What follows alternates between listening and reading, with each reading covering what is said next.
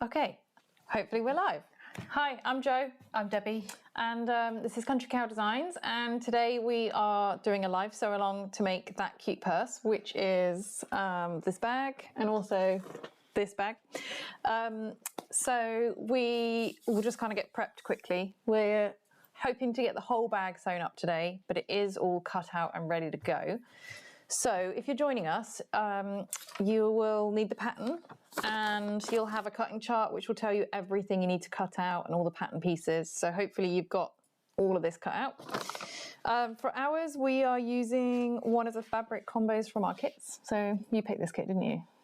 I think so. Yeah, I think so. It was a long time ago. So it's got a bit of our faux leather just for the gusset, but we're sewing on a domestic machine. So we have also got some cotton because we didn't want to have like all leather because it can get chunky, can't it? So we've got kind of like a yellowy orange and green combo going on. Green cotton for the lining, green zips. So we're going really green today. Yep. So we've got all of our interfacing already. Yep, interfacing's already done. So we're not covering prep in this section, so your interfacing should be on the fabric. Your stabilizers should be on the exterior main panels and on the gusset, and also on the flap pockets and flap pieces. Okay, so that's all done. If you're using a domestic machine like us, just look out in the pattern in the preparation section. It explains about chopping the interfacing out of the top corners here. It will really reduce the bulk and make your final top stitch a lot easier. So we've done that as well. So should we skip strap and just kind of get cracking? Because then if we are running late, we can do an easy strap at the end. So hopefully there's a few of you joining us. We have Adam and Logan in the background doing the technology side for us. Adam is very nervous about this and Logan's learning. So hopefully this won't go horribly wrong. But if you hear two guys chatting in the background, that's why. So Tech disasters. Tech disasters, hopefully we can avert it. So we're just going to go ahead and start, we're going to jump into where we're doing the D-ring tabs. Okay, we're going to leave the strap to the end just in case. So grab your D-ring tabs, there should be two. We've got a little bit of stabilizer on the back just to give them extra strength. And you want to draw a line down the center on the wrong side of the fabric. Then we're going to fold the edges into that center line, okay, one at a time. If you've got an iron, go ahead and press it, it'll be much easier. Then this will end up being 3/4 of an inch wide, which will fit through the D-ring. So Debbie's going to top stitch down the long edges here. Now I've made the stabilizer a little bit too thick, Debs. I noticed that. Sorry, I just winged it. What's the plural? I don't know. You were winging it? I wang it doesn't sound right, does it? No. Okay. So Debbie's going to go ahead and top stitch it down on both sides. So I'll let you just, you're just going to have to deal with that stabilizer, right. Deb. You can do it. Oh, I've got the wrong foot on, haven't I now? So should I just switch that's that out? fine. You can use a Teflon foot for the... So we've got a Teflon foot fitted. Adam, are you changing over to the sewing machine now? Okay, so the Teflon foot's the white one. Sometimes it's called Ultra Glide. Great if you're using faux leather, and generally it seems to work with other fabrics too. I've gone a bit wide though. Have you? Right. Oh, and Debs, I should have said, you're using just under 1/4 of an inch. Hang on. I think that is about what I've done. That's just But it's just a very messy beginning, which we're going to So if you can fold the other side over. Can I have my little scissors? To match it. So yeah, it's been a while since we've done a sew along, so bear with us. This is going to be very real. Messy. Okay, so Adam, can you let us know who we've got with us today? While you're watching Debbie sew. Clip, please. She's got the most nerve-wracking bit. Thanks. There you go. So we've got, Diane Bass. Oh, hi, Diane. Wisconsin. Oh, just sent you a parcel earlier today. Oh, did you? That's cool. Got Ruth from Texas. Hi, Ruth. Tracy Bingham. Oh, yep, I know that name as well. Hi, Tracy. Sue from Manchester. Oh, Manchester. Hello. Me and Debbie are going up your way soon. Well, we're going to Birmingham, which to us is It's nowhere near Manchester, but you know. We're going up north soon. Liz, the voice Rogers. Oh, Liz, Hi, hi Liz. Liz translates our patterns into French for us. She is fantastic at it. Sorry, that was awful. Laurie Rockenbeck.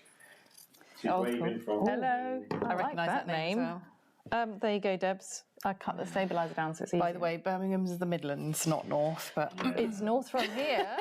everywhere is north from here. Cindy from Sacramento. Oh, hello. Oh, jealous. Bet it's nice and warm there, even now. Senga Nicholson. Hi. Lynn. Definitely remember sending parcels to Senga. Lynn from Los Angeles. Hope you're Oh, keeping cool. Yeah. Oh, yeah. safe. Rachel from the UK. Diana Hi, Rachel. from California. Oh, California. Wow. Diana, who's Smiley. Love to be somewhere warm like that. Oh, Debbie Wilson from Kent in the UK. what a great name. Harriet's on. Debbie's the Hi, best name. Harriet. Hi, Harriet. We've just been over to Europe, and I must say, Harriet, it's a lot colder in the Netherlands than it is here. We froze. It's really, really cold. Sorry, right, you're going to have to bear with me. My stitching will improve as we go on. It's been a few weeks since I've done any sewing. I've thrown Debbie in. Debbie's been dealing with this crazy delivery of faux leather this week. She's feeling a bit overwhelmed by these enormous rolls of fabric you've been wrestling all week. And they were going to come on Wednesday, weren't they? And they turned just up on turned Monday. up Monday. I just heard a truck reversing and I thought, uh-oh. Debbie spent like the whole week lugging rolls of fabric and cutting and yeah. Well, that's what we do on, was that Monday or Tuesday? Or whatever it was. Don't know. What do we do? Oh, that was Friday. It was a Friday. We sorry. went. We found a lot of. Yeah, we got some wax canvas as well. So basically, we've just been wearing Debbie out. Wow. And Esther. So once you've got your D-ring tabs sewn down like this, okay, you've got one raw edge. So make sure that when you're wrapping it around your D-ring, that the raw edge is going to be hidden. And what you're doing is you're bringing it down like this and bringing this up. Okay, so you've got a join. And basically when this goes onto the bag, you're not gonna have any raw edges showing at all. There is another way to do the D-rings as well, like on this bag. So that's like an alternative method that we've got a video for on YouTube. And yeah, that's another option, but we're doing it this way today. There's a link in the pattern for that, isn't there, for the alternative D-ring method? Yep. If you have any trouble with the link, just let us know. We'll send it to you. For some reason we have link woes. Okay, so both of them are going to be like this, and we're just going to set these aside because we're just going to set them aside until we fit them to the gusset. Okay, so that's the D-ring tabs sorted. Next, we're going to move on to the flat pockets. I'm following the pattern because otherwise I'll do it all in the wrong order and confuse everyone. Okay, so what we want to do is we want to mark the pockets. So you should have ones that have the stabilizer in and it's centered. So you're going to mark a line 3/4 of an inch down from the top edge. Now, where has everything gone? There's your quilting ruler over there, if that's what you want. Yeah, let's go with the ruler. I'm sure I had oh, there's my ruler that I wanted. Sorry, Karen's asking, are you going to the stitching show in March? That's... No, I don't think we're going to be able to. We were looking at it. Yeah. Which one are we? We're going Stitch. to... Is that Stitch Fest in Islington in London, the one that Emma Brassfield's going to? NEC. Is that the trade one and then there's Oh, a the customer NEC. one, isn't it? Yeah, so we're going to the trade one, that's but in we're not February. going to. Yeah, I don't. We just can't get ready for the the big one. It's too much.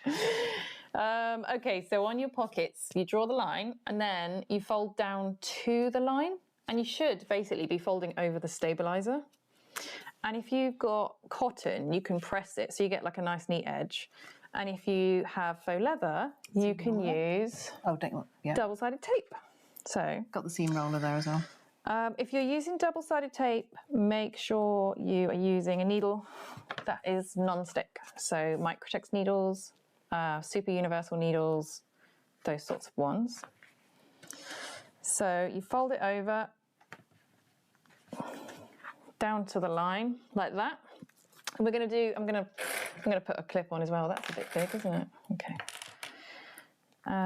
We're going to do the same thing with all of the pocket pieces. Okay, so Do you want me to you wanna- stitch this? no, don't stitch it yet, Debs. Debs is jumping ahead. Right, we need the lining piece that matches.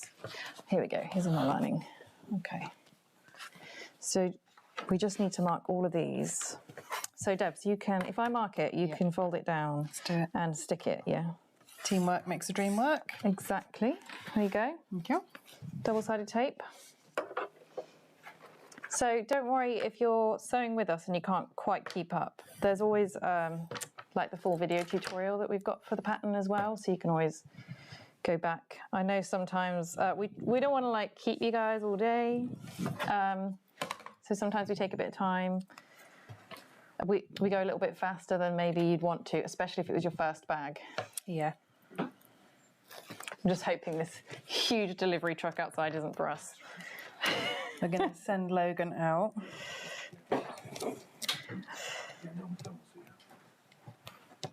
I can just hear Adam going, don't worry, you can make it out without anyone seeing you. Oh dear. Guarantee the guy will deliver during the YouTube live. Oh yeah. Yes, it happened last time as well. Oh dear. Okay. So once all your pocket pieces are folded down on the top, it means that when we sew it together, they're going to have like a nice neat edge. Whereas if you sew them and turn them out, you quite often have like messy corners. So this will all make sense soon, I promise. Okay, so the other thing we're going to do is on each of them, we're going to mark 1 inch in and draw a line down here. And this will show us where we're sewing up to. So let me just do that. Adam, you might have to close the door. Yeah. Thanks. Okay, so you've got 1 inch in and you draw a little line down here, and this is going to show us where we're sewing to, because we're going to sew around the stabilizer. So if you've got a zip foot, this is much easier. I'm just looking at Debbie like, do you have the zip foot? Pretty sure I've got it somewhere. You're going to follow the stabilizer down and around and then go down your line that you just drew. And this is going to give you like the neatest pocket. If you've not done it this way before, the stabilizer like gives it the best possible shape. So line up your top edges. This is your exterior, this is your lining. They're going right sides together. I feel like the zip foot is the one thing we haven't got with this machine. No, that's fine. You're About just going to 6 have to different make feet do, in there, Deb. So you're just going to have to go for it. Okay. I just like to throw Debbie in the deep end. She deals well with it. Okay, lining, exterior, right sides together. You're going to sew from the top. So you're not sewing the top edge. You're just going to sew from the top here on the side. And you're going to go around the stabilizer and down that little line. Do the same thing on the other side. Okay. Don't watch too closely. Are you all right to switch to the machine, Adam? Yeah, I'll do it. Oh, can you tell? I can't see what's actually on the screen, so I have no idea. That was the delivery driver basically saying goodbye because he's finishing. Oh, no, he's one I of the feel bad. regulars. We didn't get to say goodbye. And he's the super chatty one as well. The most friendly delivery driver. He is. Ooh. Both of these pockets are assembled the same way, so we're going to do the same thing. How are you getting on, Debs, with following the stabilizer? Not too bad. Oh, might have hit the stabilizer. Oh, you know what you might want to do, because of the curve, so is reduce your stitch length. Yeah. So that's curves, exactly what I was just the shorter your stitch length, the easier the curve. But if you are using faux leather or something, you don't want to go too short. Okay. And if you look in the pattern, there's a really close-up photo of how to use a zip foot around the curve, and it just gives you the neatest finish. I should watch that one.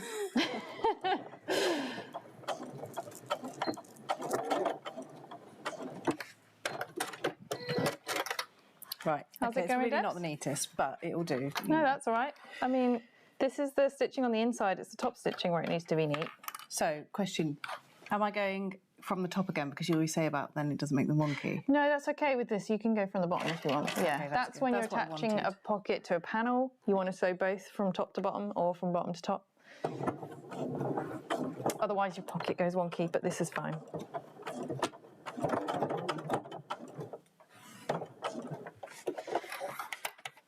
So is this your first time sewing with the faux leather, Debs? No, I've done with the metallic faux. Oh yeah, I that's mean, not well. that's I'm even gonna be harder. honest, but I did the Zalmora, the one I made for Esther, Oh yeah. with the faux leather. The black, well, it's not black, is it? It's anthracite grey. It looks pretty much black.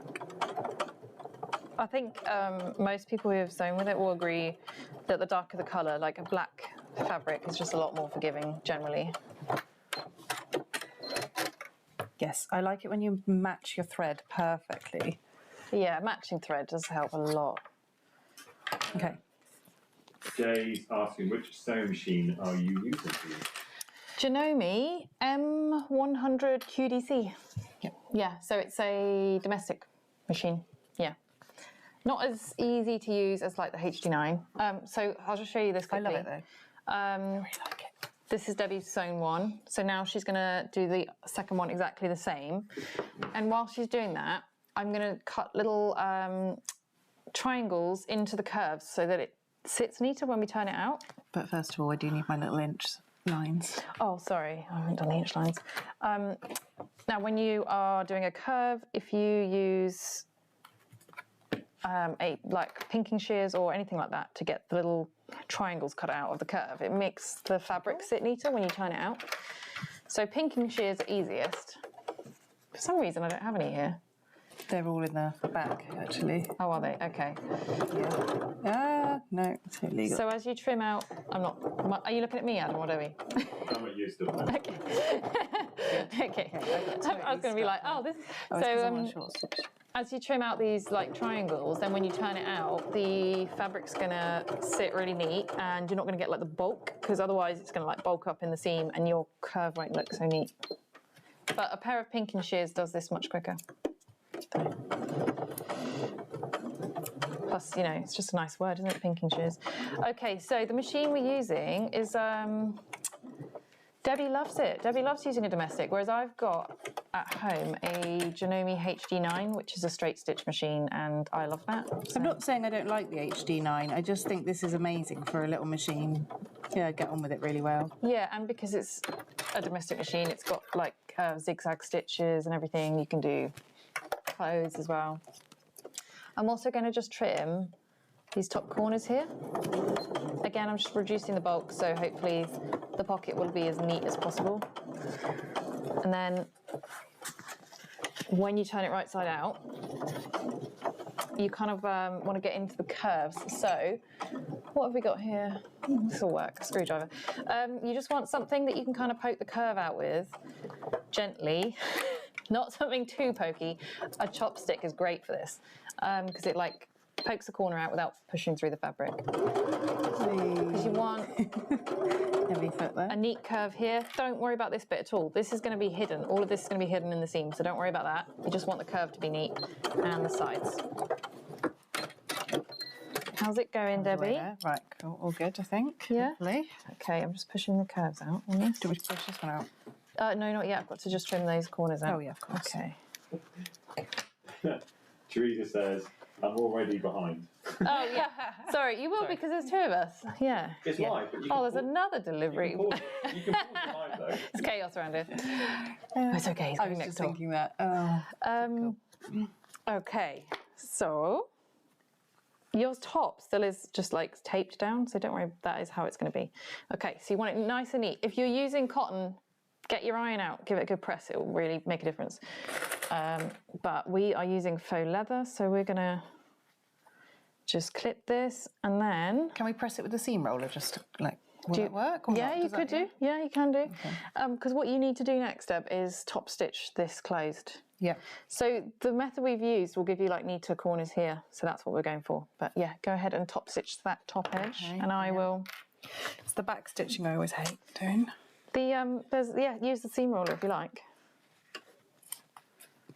And I'll do my little triangles. Diane was asking, so we're only sewing down to the 1 inch mark. Yeah. So on the bottom, this bit. Let me just show you this one because that bit's still open on the bottom. Because that's all going to be hidden in the seams, so we just want to get the curves nice and neat. Also, Love Planes 2 Says, is the little backpack with a single strap available as a kit? Oh, is that the Datham sling? Yeah, I might just. If I you think referring, I was put it on the screen. The data yeah. link. Is it this one? Because if so, we were just discussing doing kits for this one. Got a pretty cool kit. I need a longer stitch length, don't I, to top stitch the Mora? So Yes. So when you're top stitching, I definitely go for at least a 4. But yeah, I would go for a 5 if the machine does it. Okay. You're waving very big scissors. Just like waving scissors around and doing everything that we're told not to do. I've got really big triangles cut out here. This is there we go. It's not the neatest, but. Okay. So Debs is top stitching. Longer stitch length for top stitching, it will make such a difference how it looks. If you've got a little stitch length, it will look a lot messier. Also, if you're using something like faux leather on a domestic machine, you will always get like a tiny bit of slipping, you know, like anybody who's used a domestic machine for a lot of bag making will know what I mean. The fabric's always going to like stretch a tiny bit, and the longest the stitch length, the less that will happen, and the easier it is to just get a nice neat finish. So I just find top stitching, just go for a nice long stitch length, it will look really good. Okay, gonna seam roll this. Seam roller now, aren't you? Yeah, you're right, the seam roller's great. Okay. So Debs, if you can top stitch this one as well. Okay. That's our pockets. Do you know what? What? I was just saying to you, like, oh, let's use magnetic snaps, and I've just gone ahead and got you to top stitch it and forgotten that I'd said that. Okay. Yeah. Rigger one. Yeah, we're gonna have to We'll just do press studs. Press studs, yeah. Yeah, we'll just do press studs. If you're following in the pattern, it will tell you when to do magnetic snaps if that's what you want to do. So the press studs are these ones, like you can see here. I actually don't have one without magnetic snaps. Basically, you don't see the magnetic snaps, so they are a bit more hidden. Oh, sorry, but they also don't require special tools to fit. And if you're using press studs for the first time, we've got a video on the web listing for these, and it shows how to fit them.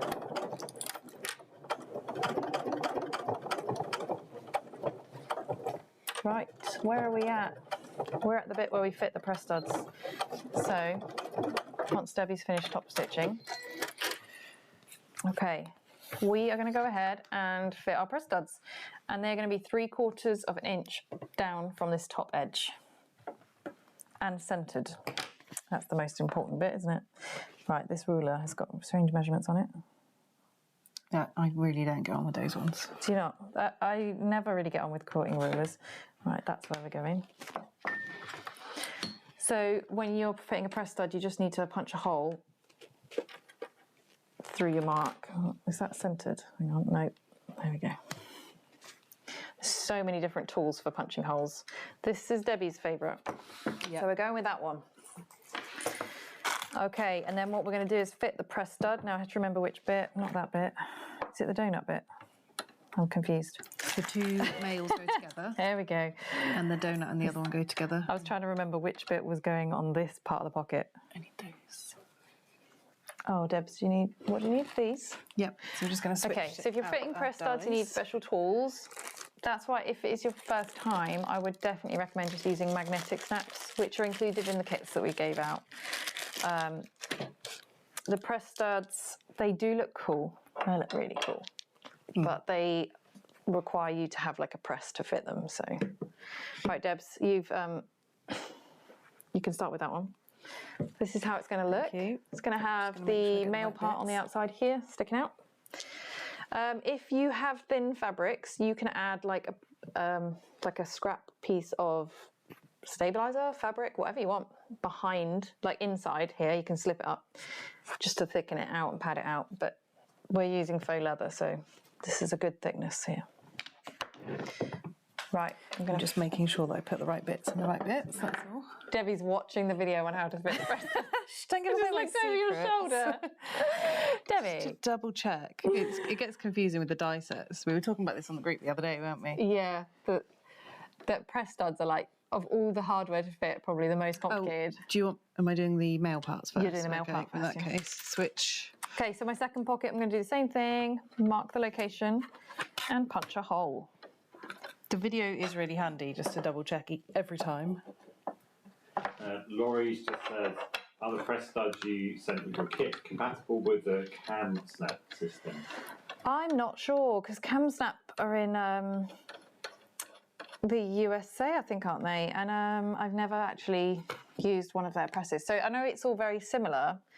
I don't know if they are interchangeable. So the ones that we use, we sell like the dies with our press studs. And they have, I think this is a 19mm for the bottom piece, possibly 8mm for the top, but it says on the website listing for the press studs what size they are. So you could check if that's the same as your CamSnap ones. But to be honest, if you're in America, probably just be easier to buy the CamSnap ones because their press studs will be pretty much identical to ours. So, and then you don't have to worry about it not fitting. Are we all good with that one, Debs? Yep, Yeah? that one's done. Okay. So, yeah, we've got that one all fitted. So, just to clarify, in case I wasn't clear, the male part of this, like the knobbly bit, should be on the exterior of the pocket. Okay. Brilliant. Cool.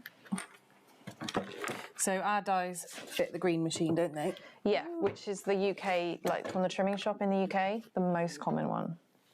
Okay, so your pocket pieces are done, and we're going to do a very similar situation with the flat pieces. Okay, so we're marking them 3/4 of an inch down on the top edge, all 4 pieces, 2 exterior, 2 lining.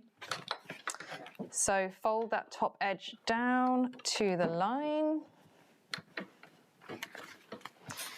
And then we're going to put them right sides together as well. So it's really similar.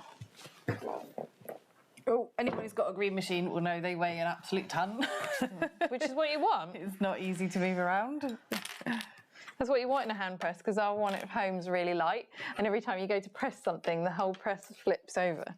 So yeah, you want a heavy one. I think cam snaps are supposed to be amazing, but I've not used them. I've seen people who have like spray painted them like really cool colours as well. Yeah, pink ones on YouTube. Yeah. Okay, so same thing again. We've got them right side together. This is the exterior, this is the lining, and we're going to sew from the top, and we're going to follow all the way around the stabilizer. Use the stabilizer as your guide. Have a nice short stitch length on the curves and back stitch at the top.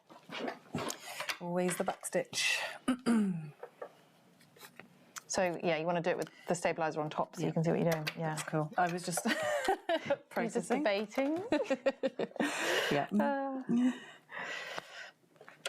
We were discussing the other day whether it's confusing having us doing YouTube videos together, because everybody says that me and Debbie have the same voice, and so you can't tell which one of us is talking.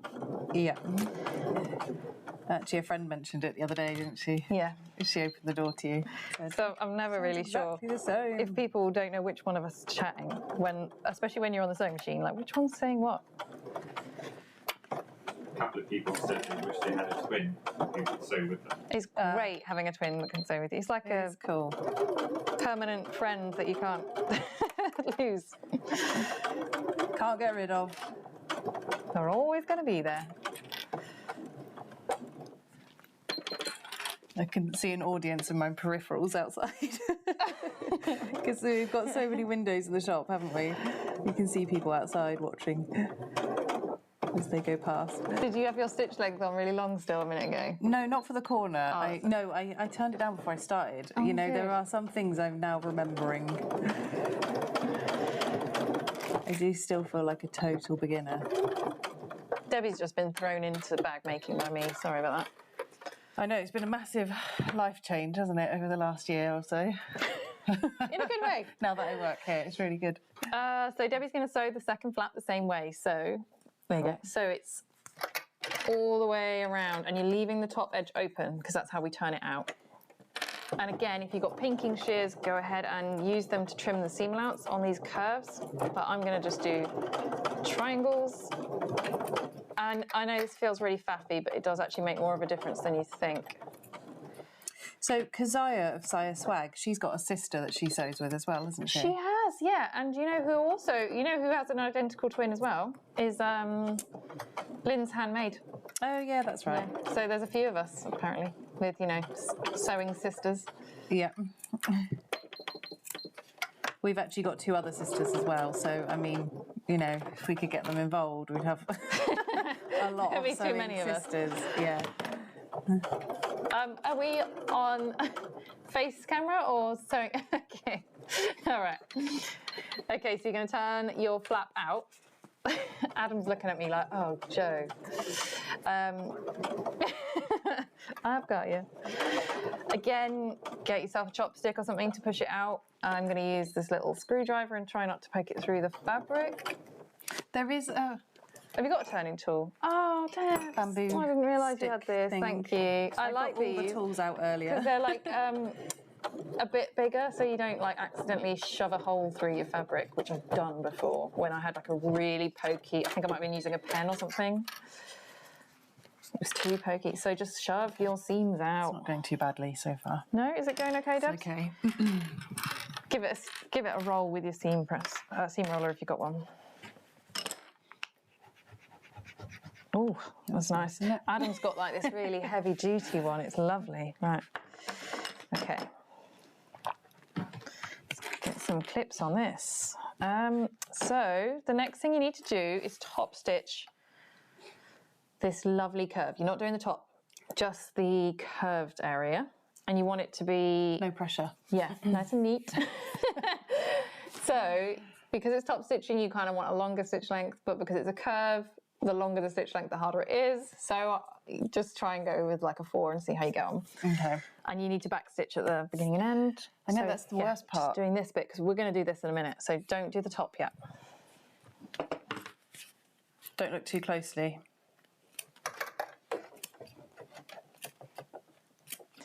Debbie always gets made to sew live. I think the pressure's too great for me, so I just get her to do it. Ooh.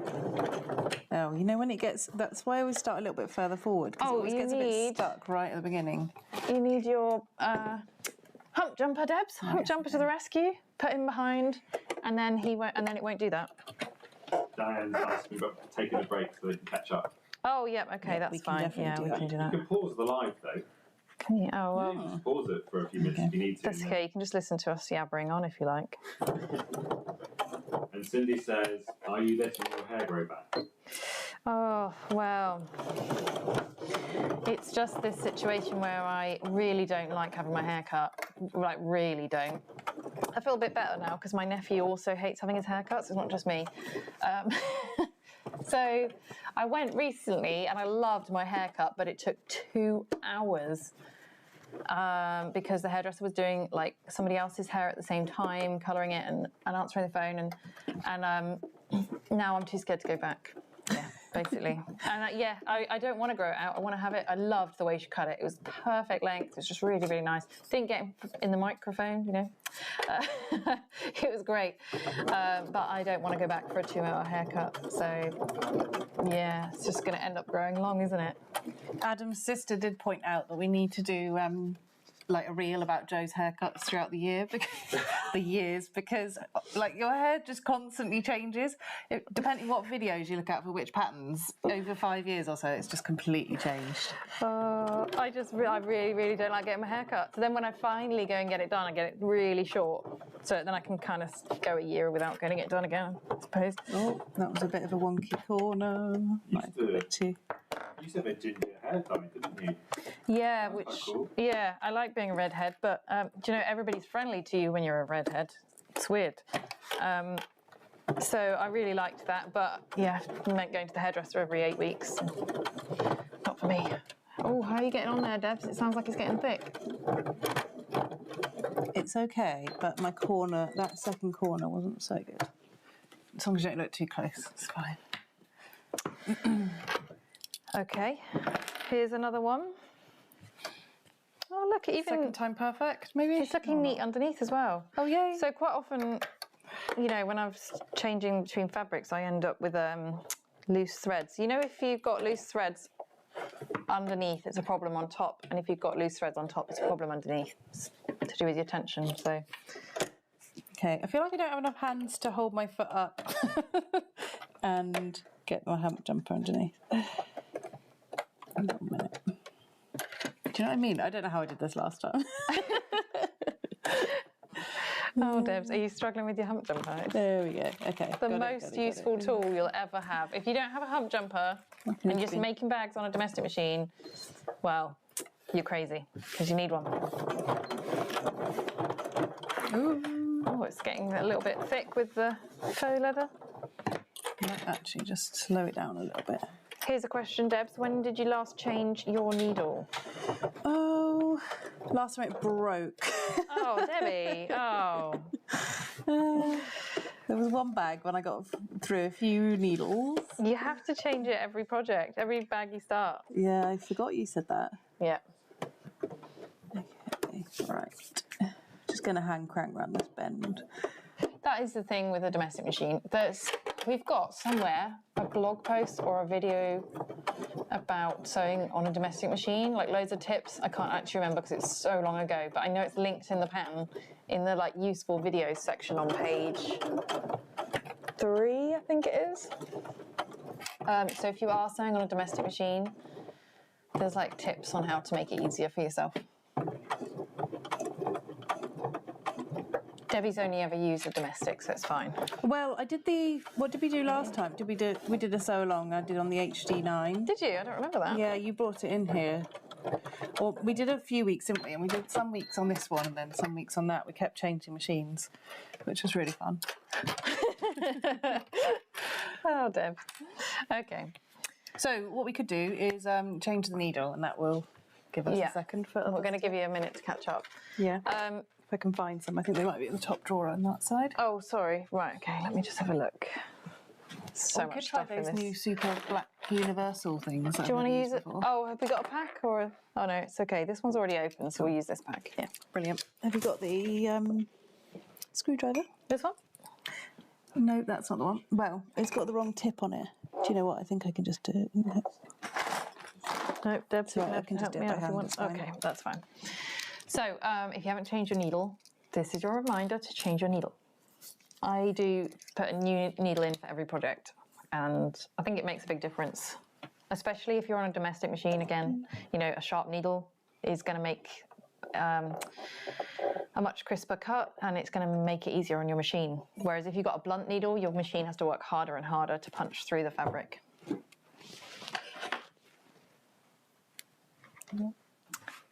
You're right there, Debs. Just want a nice sharp, you know, like a nice neat end, so it'll go through the needle nice and easy. Good way to have a break so people can catch up as well. That's what I thought. Yeah. Part of Debbie's plan. Yeah. Quick catch up. Well, actually, this will give you a couple of minutes. I'm just going to neaten up these D-ring tabs and put some tape on them because I kind of left them a little bit messy. That's better. There's your needles back. Thank you. Okay, so what we want to do now is fit the stud to the flaps, and if you're using magnetic snaps, you want to put it in and do it just through the lining. But we are going to use these press studs, so I'm going to mark it. Let me just check what it is from the top. Yeah, 1 3/4 inches from the top, because that's easier to do. Okay, so 1 3/4. Make sure it's centered again. There we go. So I guess because the struggle is trying to get it all done in one. Normally we do it over several weeks, don't we? So trying to get it all done in 1 week is a bit. We're going to be a little bit rushed. Yeah, a bit more pushed for time. Whereas normally we can go nice and slow. Got your little hole, and then you want to stick your press stud through. So on these ones, I can't find my donut bit now. No. I think I've got sorry.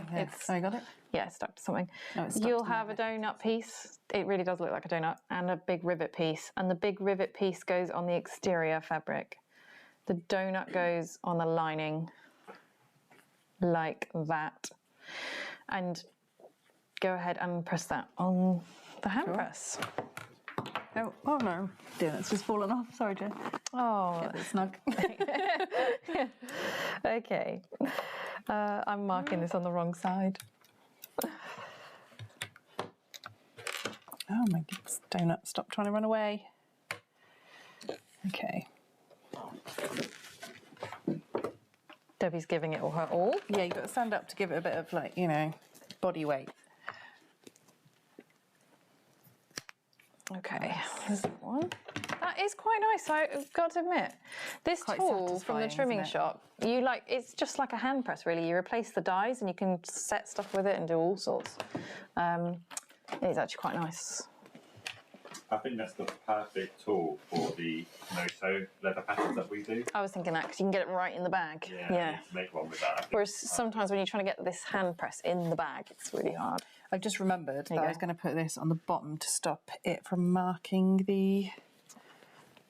What's it called? Marking the rivet. Yeah, the nice bit of the cap.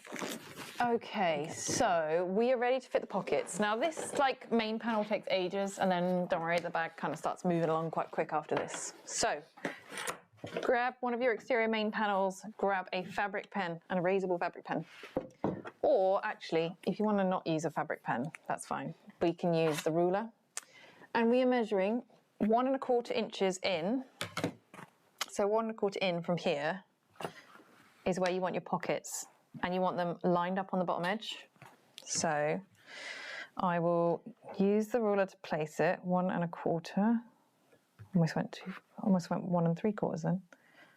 It is horrible using fabric pen on, like, Anything. light fabric, isn't it? If you notice the It's exterior, so scary. and it might You're be like, seen. what if it doesn't come off? I never trust it. Okay, 1 1/4 on this side. Do we want to do one at a time, or are we going to do both? No, let's do both. Okay. Yeah, I believe in you, Debs. Yeah. You want to do one, don't you? No, it's fine, go for it. I was wondering if it would, you know, get knocked or something whilst I was doing the other one. If it does shift a little bit, we'll just reevaluate. But I wanted to be able to show what they're looking like now. So this is 1 1/4 in. So what you're going to do now is sew, and make sure you backstitch really well on the top here, where the pocket's going to be pulled. So you're going to sew down around the corner, along the bottom, and back up the other side for both of these pockets. So make sure you backstitch really well, beginning and end. Okay. Long stitch length? I would match your stitch on the top stitch, really. So what was that, like a 4? 5. Oh, did you? Go on then, because it's faux leather. Let's go for a 5. Yeah. Okay. I think I'm going to start with this side. Just start a little bit further down, and then you can back stitch up to the top, and then That's what I carry did on. earlier, and I got on better that way, but then I thought maybe I shouldn't have done that. No, that's the best way, I think. Otherwise, you go forwards, then you go back, and then you go forwards again. You end up with 3 rows of stitching. Yeah, that's true. Okay. Cool, right. Hopefully I'm not the only person. Your machine is loving that faux leather. Crunch. He is really crunchy right now. Shh, don't show me up. I keep telling everyone how good you are. Wow, he's doing it. Yeah, he's doing it. Why is it a he anyway? It's always a he. Is it? I'm not I call Adam's car a he, and he gets really upset. It's a girl. Yeah, for some reason cars are always referred to as she's, aren't they? Okay. You have to do some hand cranking here. So Cindy says, can you show us the die pieces to go with what snap pieces? Oh yeah, I don't think we're going to be able to show it well enough on here. But if you go on, our website and just search for stud, it will bring up the press stud listing, and in there's like a little video linked that shows you how to use them. You just scroll down the product page, and it will show me putting each piece into each one, and hopefully then you can see it clearly because it's much closer. Those two go with the male pieces. That's all I can... Because it's really hard to show from here. You're not going to be able to see me. Yeah, that's true. Yeah. Oh, Adam, are you actually bear with putting it on the screen, are you? I was going to, but it's a separate video. Okay, yeah. But We have got a plan to do a proper in-depth video, step by step, to use press studs. Yeah, Adam wants to do a more in-depth video. So the video that I put on there, I think, is from the tutorial for the fold-away backpack, isn't it? I think I cut it out of there because I show you all 4 die pieces and then all 4 press stud pieces that go into them. But it's overhead only, so we're going to do one with some better angles for the video. Okay, Adam's the video man, so it's on his to-do list. That went quite well. Okay. Yeah, I'm quite happy with that. That's all right, isn't it? Chop that off for you. That does look quite neat, Debs. Hillary's saying, are you stitching over the same line of top stitching? No, because we only top stitched the top of the pocket. So now we're just, the sides haven't been sewn at all yet. All the way around, down the side, the bottom, and back up the side. So, so meeting the top stitching. So before we top stitched that bit, but now we're sewing all the way around there. But you want this bit to stay open because that's your pocket. Yeah. So definitely don't stitch over that. And then Bridget Young asking, which interface did you use for your corduroy one? Oh, I didn't use any, which was, I don't know, because I was doing it on, I can't remember what machine I was doing it on, but I was worried about the bulk, because corduroy is quite thick, isn't it? So I ended up just using the stabilizer in the middle of the pattern pieces, but no interfacing, which is a little bit difficult because corduroy is a little bit stretchy. Not like a lot, but like when you use cotton without interfacing, it just moves a bit. But I decided not to use any at all. I did make another bag where I used F220 non-woven on it because that's the thinnest interfacing we have, and I thought, well, I'll try it. But it gets thick quick because corduroy is thick.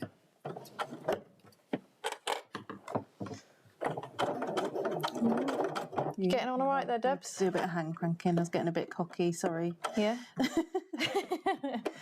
Got a bit too confident.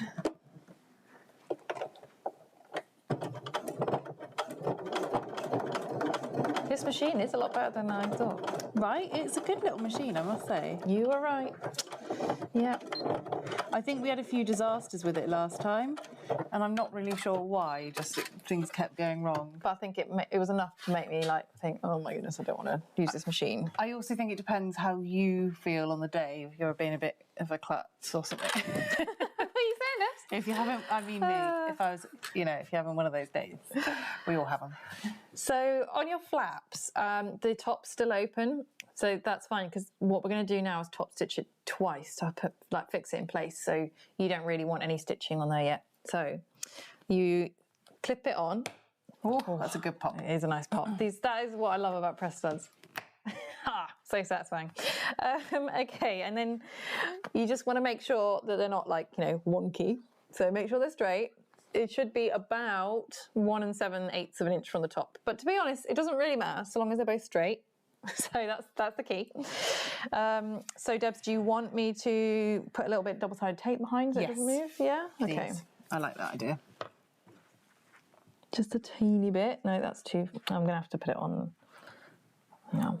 So let's put it on the flap and then that way I know it's not going to get stuck. So we've got F220 on the back of here, haven't we? Yeah, on the canvas, because that's the lightest weight. It's a non-woven interfacing, but it's so lightweight and it's a lot nicer than some non-wovens. It's not like papery. Although, to be honest, I like the papery ones when it comes to doing card slots, so every interfacing has its place. Oh, my flap's coming undone. Oh, sorry. Just making a right faff of this. Right. It's all right, it's giving everyone time to catch up, isn't it?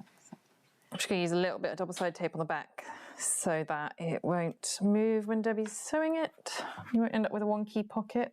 That one's a bit. Oh, yeah, it's a bit, yeah. A bit. Is that all right? You're like, no, that's not all right. There we go. Right. Ooh, it's like one of those things that nobody else would ever notice, but Let's just check it's level. Yep. Okay. You're going to sew across the top with a smaller stitch allowance as you can do, and you can do another line right below it and back stitch well. I actually go 1 stitch off the edge of the flap, just like really firm it in place. But it's up to you what you prefer. But you want it to be really firm because those press studs are strong, and you don't want somebody to open the flap and it like, you know, tear off. Okay. Lots of good old stitches. Also, I would reduce your stitch length to 4. Just Thinking I might need my hump jumper. yeah, here. I think you need your hump jumper because you've got like the folded over section there, so it's reaching the machine's limits. So how's everybody getting on? Anybody? And what materials is everyone using? Well, that's a good question. Yeah. What materials are you using? Debbie was like really excited about our new faux leather. So we had like this one all cut out, and then our new stuff turned up early. And Debbie's like, let's cut out another one and make 2. I was like, maybe not. Hang on, Maybe I'm not quite ready to make 2. not sure. I might have ruined this one, but we'll see. It looks okay at the moment. I don't know if it's just a loose thread, but we'll find out. We'll find out in a minute if I have to unpick it all. How's your Teflon foot suiting you? It's okay, actually. I can't work out if I love it or not. I'm not sure. Oh, I absolutely love mine. What we would like in the new canvas that just arrived today. Yeah, Adam's got this new canvas that he's super excited about. But do you know though, it's thick, so I'm going to use it for like a really sturdy backpack I'm doing. It's quite an exciting new backpack design that is coming up. I've definitely marked that bit up there. I'm just giving everyone a bit of time to catch up. So Debbie's like kind of veered off a bit here, but let's be honest, you absolutely can't see it because she's got a matching thread, and I really don't think that there's any need for you to unstitch that. Should I just go do this bit so it looks... Well, you're going to do a second stitch line anyway, so I think if you just do the second one, it'll be absolutely fine. Okay. Want to see, if you look at any bag, you're too critical of your own bags. Everybody is. If you look at a shop bought bag, you're going to see so many mistakes, and it's going to make you feel great about yourself. And it makes me want to like go to TK Maxx or something and just have a look at all the bags. Just find fault with everything. Yeah. So long as your thread colour matches, you can get away with a lot. Cindy's asking, do you or Debbie have any children? Ah, yeah. One of Debbie's kids is here training on how to do video stuff. Yeah. So, yeah, I've got 2, and the oldest is 13. So, in Cornwall, you're allowed to start work at 13. I think we said that was not actually allowed in all counties in the UK. Yeah, but Cornwall seems to be special. I don't know if it's because of like... Oh, I wondered if it's to do with the hospitality industry, because this is like the touristy place of Britain. So I don't know if it's to do with that, but yeah. So he was really excited because he wants to learn how to do all the video stuff. So Adam is kind of training him how to do it all. Plus, it's great for us because if we schedule a Sewalong and Adam's sick, we have a backup. Well, that's the plan eventually, isn't it? So, yeah, so Logan has been desperate to get a job as soon as he's 13. So, yeah, here he is. I'm not sure where my hump jumper just went. Maybe down the hole. Oh, sorry. Totally. Rachel's just asking. Debbie's lost a hump jumper. I'm just going to go. Don't mind me. Oh. So someone's asking what's the bit you're using behind the machine? Yeah. The hump jumper. The hump jumper is like the most important tool for bag making on a domestic machine. If you have an industrial machine and it's got like a walking foot, I don't think you can even use it on that. But this is like a simple piece of plastic. It's thick on one end and not so thick on the other. And you put it behind the presser foot, and it means that rather than your presser foot like climbing up a hill onto the fabric, it's level, so it doesn't skip stitches. The presser foot thinks it's flat the whole way. You'll get even stitches. It's so much neater. And sometimes when you start, you just can't get it moving. And if you put the hump jumper behind it, then it will move. It's great. It's also called a bulky seam aid. Yep. Sorry, that's my phone. Love Flames 2 says, does Debbie keep her bag once she has finished sewing it? Once I finish sewing it? Yes. How many bags have we got, Deb? I have way too many bags right now. That is a bit of a problem because I'm not really at the point where they're good enough to like, sell them or anything. So they're just gathering up at my house. And I do use them, but they're like, I've got 2 kids, so I'm not going out that much.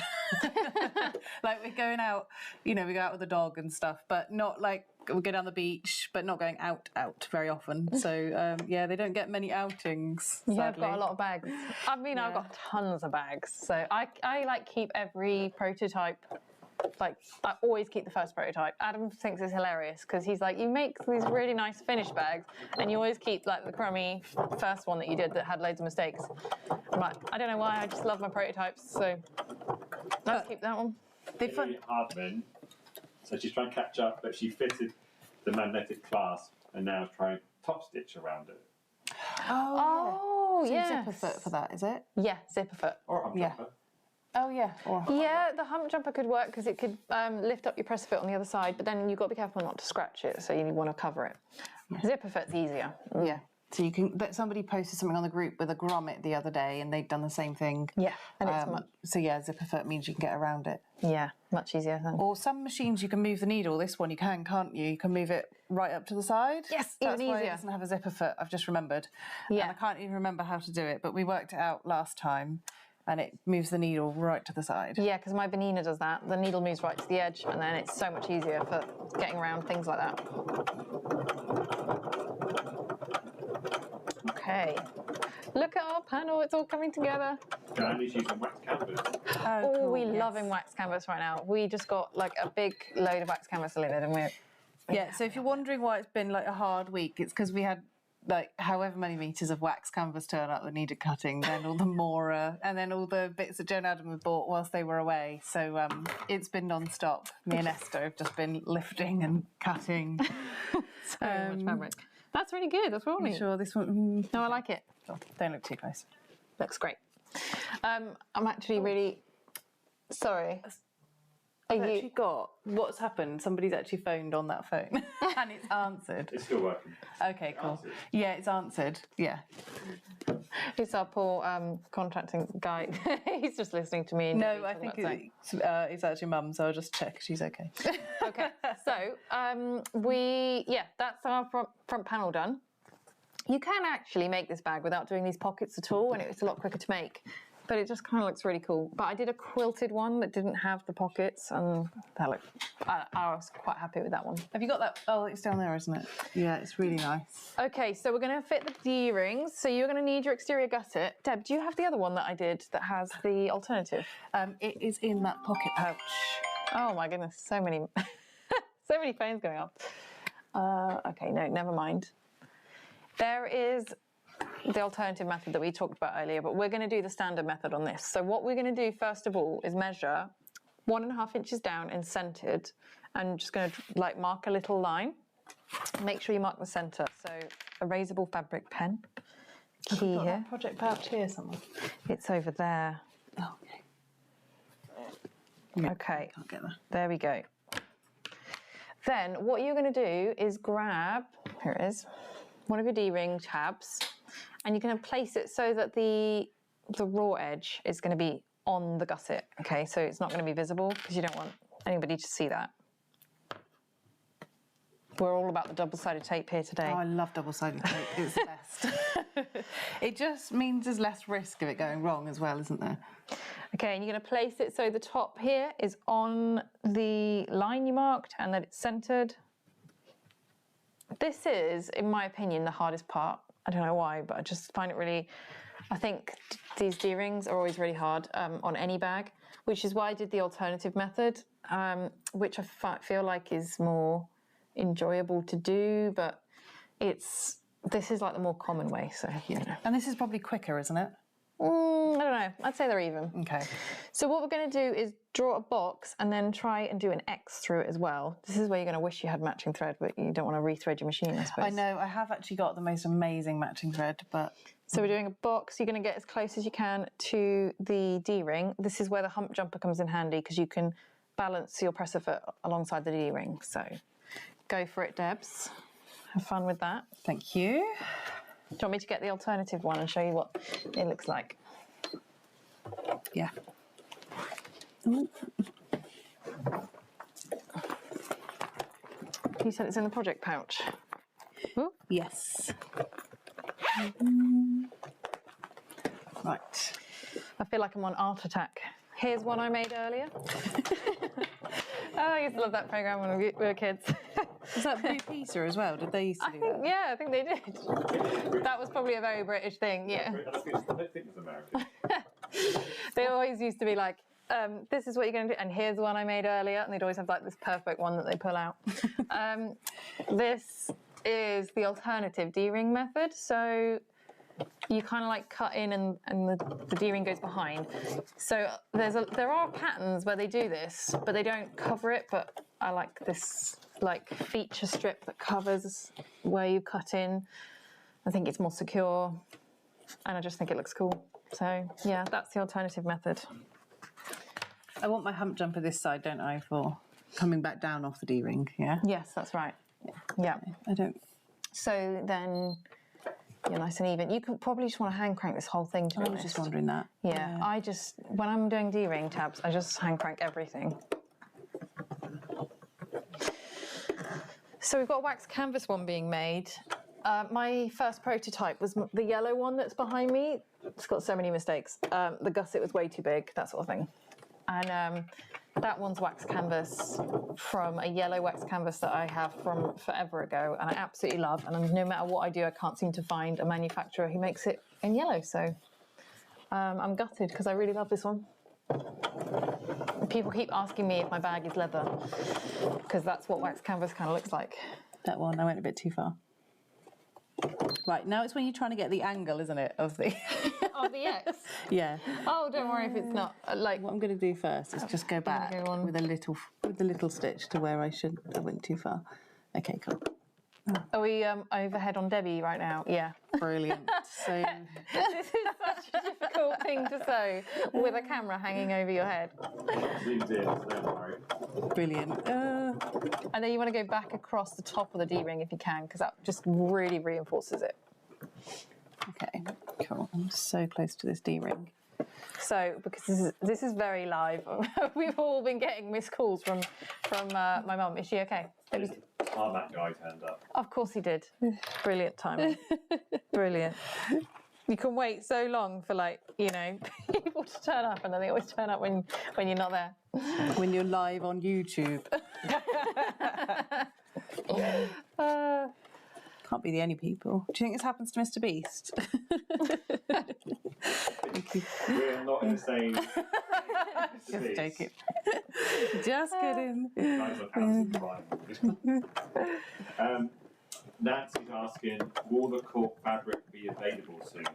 We're getting a lot of I press for that. really hope so. It is the absolute best cork I've ever used, and the manufacturer sold out like almost instantly. And I keep emailing them like, are you getting it back? Are you making it? And they're like, yeah, we're making it. Just keep checking. And I've been checking for weeks. It's still out of stock. So, yeah, hopefully. But I can't say when, because they don't seem to be able to tell me when. They do other cork, which is also really good cork. But this stuff, if you've had some, Nancy, is so good. It's called their Ultra Wear. It's just amazing, and now because I've tried that, I don't want to sell anything else. So I hope we'll get some more of it.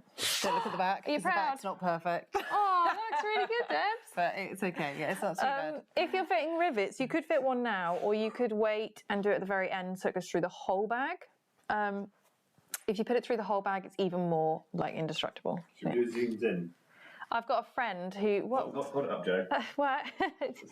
I've got a friend who's a bag killer, and I always put the rivets through the whole bag for her because she destroys them. Yeah. She's a good She tester. came in, yeah. She basically, we give her like our prototypes, and we're like, you just go off and destroy this and tell us what's wrong with it. She's great. So yeah, I have learnt for her, I've got to put through the whole bag. Okay, so I'm going to draw this line the same as I did on the other one. It's 1.5 inches down. Oh, where am I at? 2. These numbers are backwards. It's totally confusing me. There it is. No, there. No. I feel like we need to 1.5 make inches down. bag making rulers, because Coulter's rulers just totally confuse me. Well, I think we should start Lauren that. Mormino has some. Oh, cool. Okay. Yeah, so if you're in America and yeah, if you can access her stuff, check it out. I think she does have some that's specifically for bags. Okay, there we go. Do you know what? That's totally not central. I have marked the wrong. My maths is all off today. It's not remotely centered. There we go. I'm just going to eyeball it. Lynn's Handmade the other day put up this reel about this new ruler that she's bought, and it looks amazing. And I want to get one, but I can't find any available here. But it's so long. It like folds out, and you can make bags, like cut bag straps from it. It's really cool. Oh, that would be so handy. It's like ridiculously long. There you go. Thank you. Have fun with that, Debs. Brilliant. Okay. So now we actually have to decide, once Debbie's done that, we've got two gussets, which gusset we're going to use. This is the one I made for the little video tutorial on the alternatives. So that's why, we've got this one too.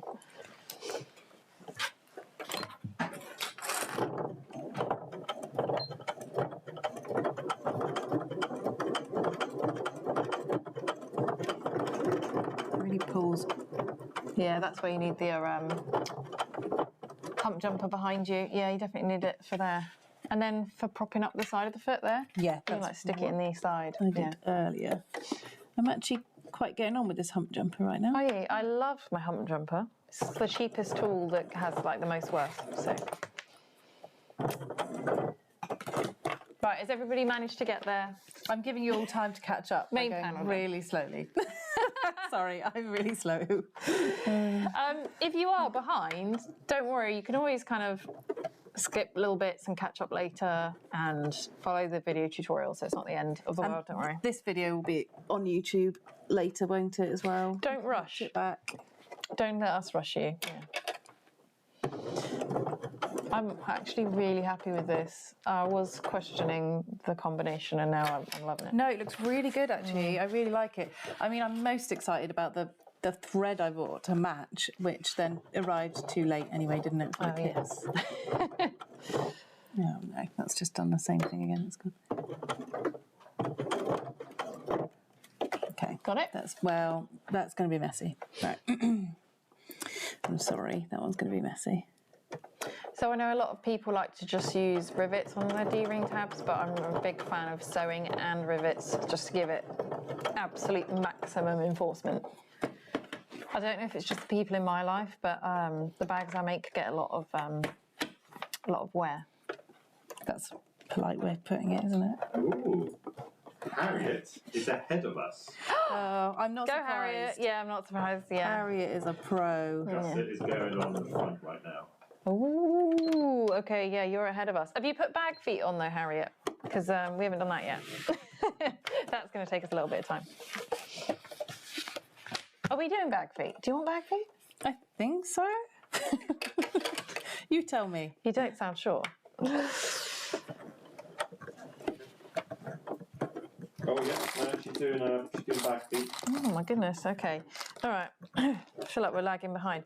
Adam, are we watching else. Debbie, or are we watching me? Where You are we don't at? need to watch me. We're doing all of it. Okay. All right. You're just chopping and changing. If you're having bag feet, it's optional, especially because it's not like a bag that you're going to put down on the ground a lot. It's not like a big tote, Totes, you need bag feet. But this is like a little crossbody, so it's totally up to you if you want bag feet. But if you do, you want to get your gusset and mark a line across the centre and then 4 inches out to each side, okay? And that is how we're going to fit the bag feet. Do you know what? I'm just going to mark the centre by cutting a little triangle into it, actually. I learnt this from Jess Oakley Roots. She's brilliant. I like Jess Oakley. She's so happy all the time as well. I know. She just makes you want to... She just inspires you to want to make more happy bags. Yeah. Shiny bags. Glittery bags. Yeah. The opposite of what Adam wants. Yeah. Say again? Glittery, shiny bags like Adam hates. Well, I can't really pull those off, so. No, it's true. So you've got a line 4 inches out from the centre, and then you're going to mark it 1 1/4 inches in from the edge as well. And then we're going to end up with these marks to fit our bag feet on. So we're doing this all on the wrong side of the fabric because then we can go ahead and mark it as much as we want and it doesn't matter. You telling me that I just did all of this? Yeah, and I'm not even going to use it. She's not even Sorry. using this gusset because she's using the one she made earlier. Sorry, Dubs. There's my hole punch. Okay, so then what you've got is you've got your little lines that are 1 1/4 inches in, and where they meet the other line, that's where you're punching a hole to fit your bag feet. This is assuming that you have screw bag feet. If you have ones that have prongs, then you will fit them according to the manufacturer's guidelines. This hole punch is really nice. Okay. It's great, isn't it? Yeah. I'm sold. Just peeling the little bits off these bag feet. Thank you. Protective film. Okay, so we're going to need some stabiliser though to buff these out, to pack them out. Okay, I can't access that. Okay. Be right You'd back. have to go and grab it. So we're going to like pack out the bag feet because we don't have a lot of stabiliser in it, so we're going to need a little something. Oh my Brilliant. goodness. We've got a big old drawer of offcuts over there, which is perfect for this occasion. Okay, so this is just going to ensure that, like, because the screw is long enough that if you have really thick fabric, it'll still go through. But then if you've got like really thin stabilizer and fabric, you just want to pack it out. So that might be too much. Is that too much? Already gone one. No, I think that's okay actually. Okay. Yeah. So is this Peltex? Yeah. That we're using? Yeah. Scrap of Peltex. You've always got an offcut lying around. This screwdriver is just tiny, Debs. It Where'd you is, get but I this tell you from? what, I think it's off Amazon, and inside the handle there's a whole load of other fixings. Oh, okay, that's So cool. It's quite handy because you keep them all in there. Oh, it just moved. Um, There we go. so that's why it rattles as well. Okay, that makes Got sense. all its other attachments inside. So I'm just going to go ahead and pack each of these out and put it behind the bag feet.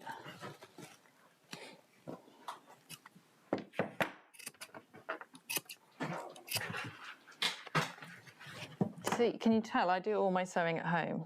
And Debbie does all of her sewing in the shop, so she's got tools here that I don't have. Yeah, I kept having to wait for you to bring your screwdriver over, that's why I bought one. Sorry about that. Okay, in you go.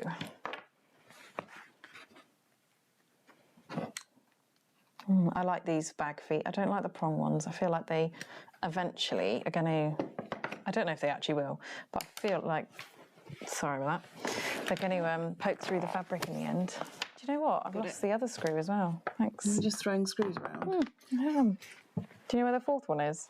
No, I might have to go and get some more feet. Sorry. Can't see it. Okay. Blended into the grey carpet. So Nancy Yeah. saying that she's Hi, Nancy. Adams. also have front pockets to an accordion style. Oh, that's cool. Cool, isn't it? Yeah, that's a really cool idea. I do like accordion pockets. I'm trying to remember when I last did one. I think it was in a blue colour pattern, and she had like an accordion front to the bag. It was really cool. If you didn't know already, I love blue colours patterns. They are good. That's why we've been doing on the Facebook group. We were doing one of her patterns for our challenge this month. Thanks. Right, let's have a look. So, oh yeah, sorry. I carry just on. have to bring over the perfectly matched thread because it's so good. And it's a bit of a crazy colour. I think it's called light tangerine on the website because we couldn't think of anything else. We were like mango, tangerine, I'm not sure.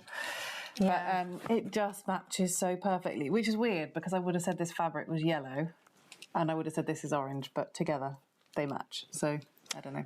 It's just great though, isn't it? Debbie's the happy thread colour. matcher. Okay, bag feet attached. That's your gusset done. So let me just check where we're going next with this. Yeah, we're doing the exterior construction. So you want to mark the centres on your gusset, and you're also going to want to match the centres on your main panels. The easiest way is to fold it, match it up on all sides, and do a tiny triangle snip. So then you get like the point for where the center is. Okay.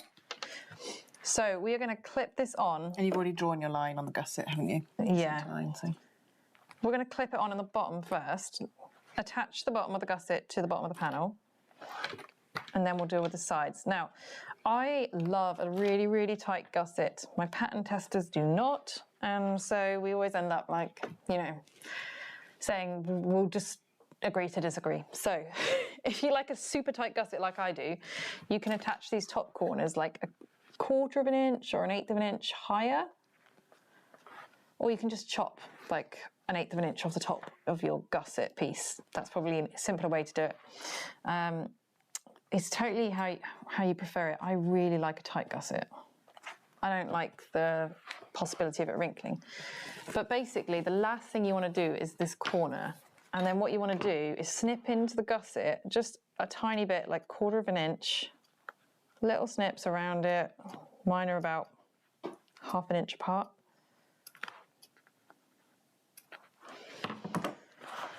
And then it will spread around the curve and allow you to get a neater finish, because where you're sewing around the curve is a smaller circumference than where you're sewing on the straight. So we need to kind of spread it out. And then you should get a nice neat fit. Rachel's asked, the material you use for the project pouch, do you sell that material? I think it's an old one, isn't it? The project pouch, it's the vinyl, you mean, or the actual I think it's cotton? print. I think it's Oh, the canvas print. Yeah, we don't have any of it at the moment because we are kind of changing canvas suppliers, and until we've got that sorted, we've like tested all the qualities, we don't have any in. We can't restock it. So we will restock it at some point. I think actually we have half a metre line around that we've kind of been waiting for somebody to come into the shop and grab, so. Okay, all clipped together, gusset, right sides together with the line, with the main exterior. And you're going to sew this with 3/8 of an inch seam allowance all the way around, back stitching at the beginning and end. You ready, Debs? I think so. Do you want an awl? Yes, please. Yeah? To hold it all together? Right, 3/8 here, that one. 10 mil, yeah. Sorry, you've got metric on yours as well, haven't you? I know, yeah, the it's 10. confusing. And when I've got the other foot on, it's got marks on it, whereas this one doesn't have marks on it, so Oh, okay. then I'm confused. Sam Cuddy asks, Hi, Sam. any plans for a mountain bike specific bag? Asking for a friend. Well, I think that Esther put aside a couple of mountain bike pools that we used to stock, and they're in the drawer waiting for a little... Mountain bike bag. I think we're going to do a Dense Adopt kit for him, yeah. Oh, very nice. So, yeah, that's it. Not like... I have seen, you know... A mountain bike bag would be cool. Ones that you, like, hang on your handlebars. Yeah, but then if you're going really rough, how do you stop it from like the weight? If whatever you put in it's going to distribute the weight wrong on your bike, isn't it? Not sure, maybe just a backpack? Yeah, a backpack. But then Close-fitting even that, backpack? a backpack's going to like throw your weight off as you're, going hardcore down the mountain. I think Sam's basically looking for a free bag. Yeah, I think That's what so. it is. He just wants a shout out on You tell him if he designs a bag, we'll make it. For context, Sam is the husband of Esther, who works for us, and a good family friend of us. And also the window cleaner. Yeah. I feel like we just He gave has away too many much information purposes. about him. Okay, let's have a look at what we're doing next. Okay, once Debbie's fitted this side of the gusset, we're going to fit the back panel as well. One of our pattern testers, she did a really cool one turn down the where speed on on the back this. panel she just had one of these little pockets. So that looks pretty cool. Not sure how Oh, well I think you need to go back a bit. I do, Yeah. indeed. Totally slipped off course there.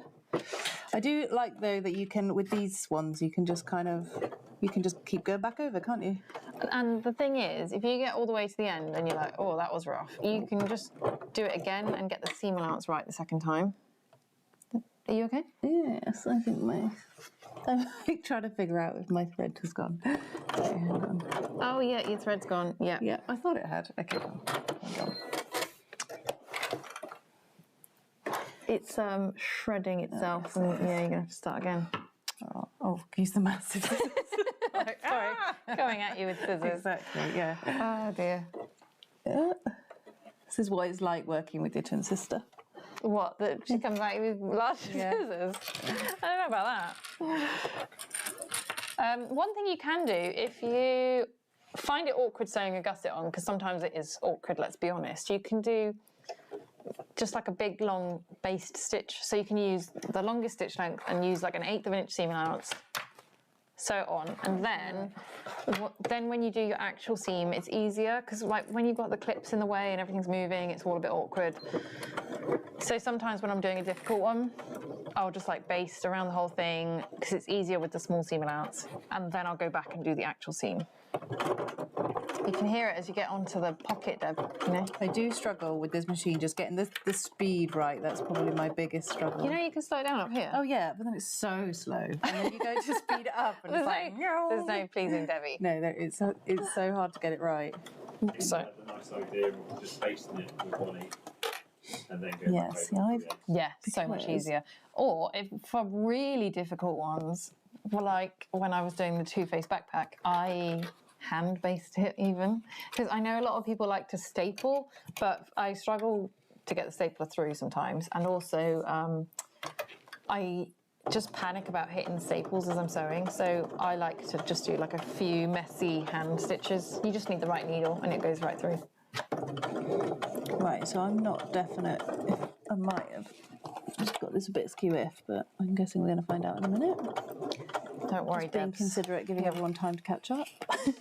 Yeah, give everyone time. That's what we're going to go with. Do you know, if you need to shuffle your gusset up a little bit, just don't worry. It's not going to be a problem because the faux leather is a little bit, it's got a tiny bit of movement. To be honest, every fabric has a bit of movement, except for wax canvas. That's what It is so much. a dream to sew with, actually. It does not move. It does not stretch. It doesn't do anything. Might have a little bit of puckering here, though. That's the problem, isn't it? Don't worry, Debs. Have you seen the puckering on my yellow one? Because the gusset was like an inch too big. I don't know what happened to that one. It was the first one. It all went horribly wrong. It did, but it was too pretty. I wanted the yellow. I couldn't not have it. You use that one loads, actually. So what I did point out to Jo the other day is Jo was always such a tomboy growing up. She was definitely not a handbag kind of person. Yeah. And then she's ended up designing handbags and having all the coolest bags. And for some reason, I've always been like, I'm not a pink person. And then like stuff like this, faux leather arrives, and I'm like, oh, the pink, it's so good. Yep. So apparently, I am a pink person.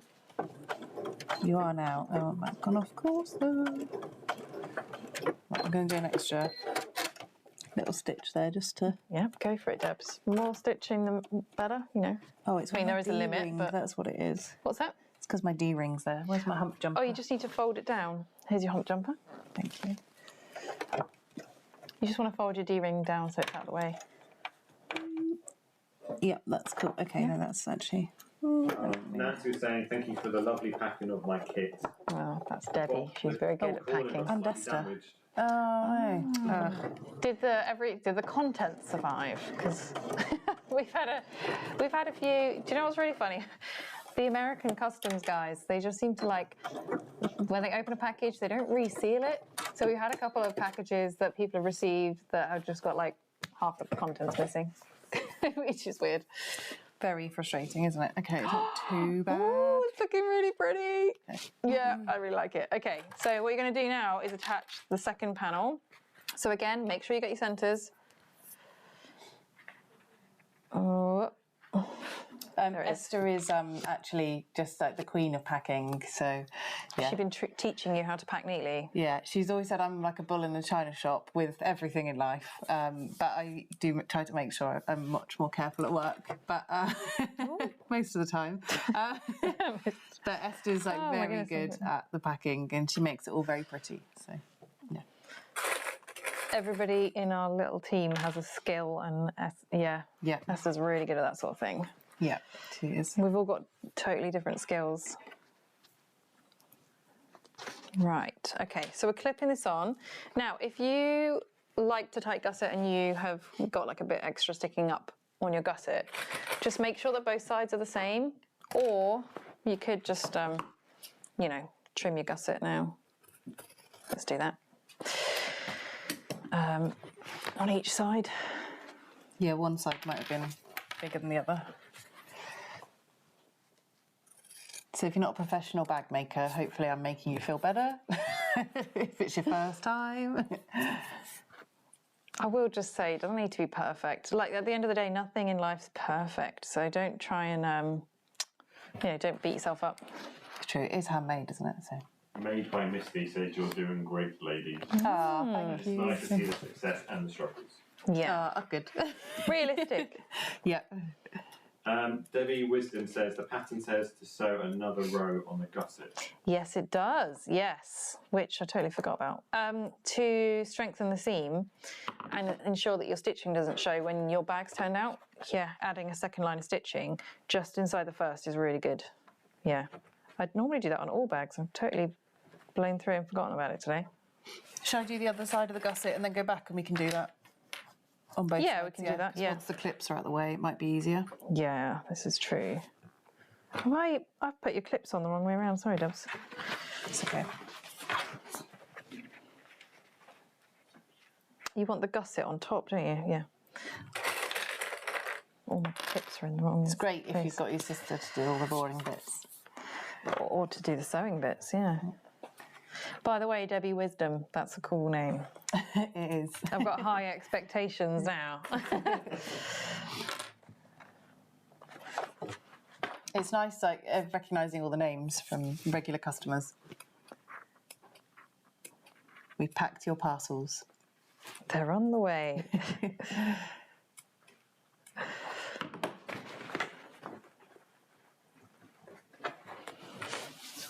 Yeah, so we've had these American customs ones where they get open. They're really funny. The English ones, so you know when yours has been opened because they, there you go. Thank you. I don't know if anybody's had it, but the British customs guys, they like rip open your package. There's no like neat unpacking of it. They just tear the box open and then they put it in like this big plastic bag that says, this has been opened by the customs people and checked. And so like all of you, the contents of your parcels just like swimming around in this clear bag and the whole world can see what you're having delivered. But we keep having American ones where they don't put them in a bag, and it's so weird because like the customer's like, my parcel turned up and there's this enormous hole in it and half of the stuff's missing. I'm like, it's so bizarre. But everywhere's different. And some of our parcels make it to America quicker than they do to places in England. So yeah, they're pretty amazing at getting stuff delivered. It's done the same thing again. Oh, I think it might be when it's going through the cork, it's just struggling with the layers. It's probably a tension issue. Oh. But if you change your tension just for that little bit of cork, you're going to be annoyed because then you're going to have to change it back. Oh, okay. Fair enough. Jodie Travers says, I'm listening in the car on my commute. Oh, that's cool. Soon this goes. You're not in the... Wait, hang on. Is this your commute home and you're in the UK, or is it your commute to work? Well, she says, serving apparently isn't a good enough reason to leave work early. On your way home. Yeah. Oh, that's cool. Right, okay. I'm finding this time of year difficult because it's dark when you leave for work and it's dark when you leave work for home. I'm really looking forward to summer. Bridget Young says, I'm always incredibly amazed how quickly and efficiently you send orders out. Oh, thanks. We're really hot on it. We try to do same day dispatch if you order by noon because it's just, it's really annoying when you're halfway through a sewing project and you just want to finish it and you need something. And it's something I always really admired about So Hot, if you've ever ordered from them. They are the same and they always get stuff out super quick. And I was like, wow, I want to be like them. Yeah, I want to get stuff out quick. The postie comes about 2, doesn't he? So we're kind of on that. That's the only our problem. restriction. Yeah. He comes and collects it all. Our lovely postman. Yeah, we've got a really early collection. It was either like 2 p.m. or 5:30, and the 5:30 one during the summer is about 7 or 7:30 because of the traffic. So we were just like, oh, we just can't spend the whole summer like hanging around. One time it was 8 p.m. So we were like, yeah, we can't do that. We'll go for the 2 o'clock one. But Royal Mail are pretty good, aren't they? I don't think they've ever not turned up, have they? No, I don't think so. Oh, Postie's really friendly, and he doesn't get upset when he turns up and we've had a new fabric release and there's like bags everywhere and boxes everywhere. Yeah, he's good as gold. It's chaos on Monday, wasn't it? It was chaos on Monday. Because it was all around these rolls of Mora as well. The rolls of Mora are ridiculously big, aren't they? Oh yeah, 27 rolls we had. they all came from Germany, and yeah. And when the guy turned up on the truck, we were like, wow, that is just so much fabric. It's crazy. Because we have to like fulfill a minimum order quantity, and Serial Bag Makers arranged it all for us. She's in Europe. For anybody who's in Europe, she is amazing. And she like arranged it all for us and split it between us, her, and Made by Leland, who's in Sweden. And we all like shared it, but it's still like, yeah, I think we got 26 rolls of 35 meters. It's so massive. It's like 2 years worth of faux leather. And it's heavy stuff, isn't it? It is heavy. We saw Anne, didn't we, last week? Yep, we went to, when we were in Europe, we popped over to Belgium to visit Serial Bag Makers Anne. And her shop is amazing. And if anybody's near Belgium, she's got so much stuff. She's got like everything that we want to stock, she already stocks. I was just so jealous of her. I was just like walking around in awe, like, I can't believe your shop. So yeah, if you're over that way, check her out.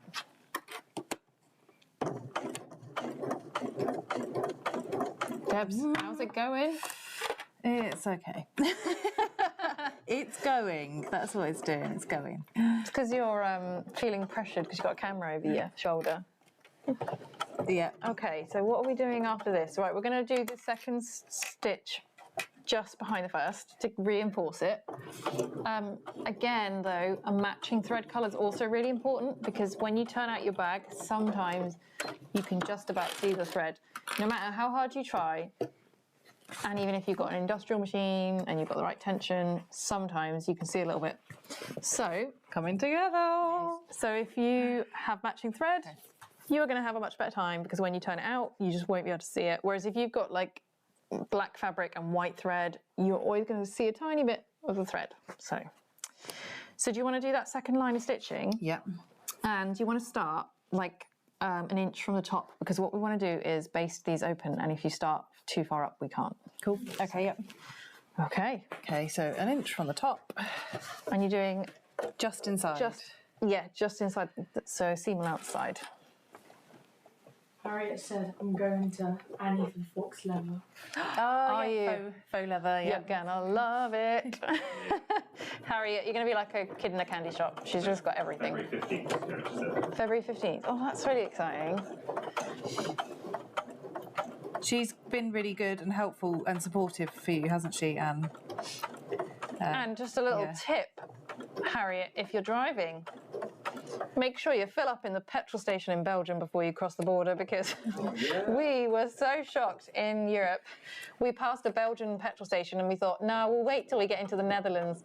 So we went like another mile and the petrol went up by, I think it was 35 pence a litre. I was so shocked. I was like, we should have filled up in Belgium.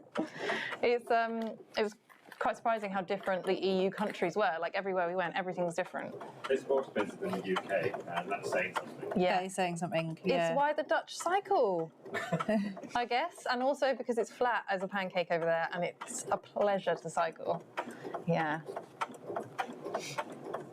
Yeah, we were really impressed with the Netherlands. You don't feel like you're taking your life in your hands when you're out on a bike because you have like separate bike lanes everywhere. It's so safe, it's so nice.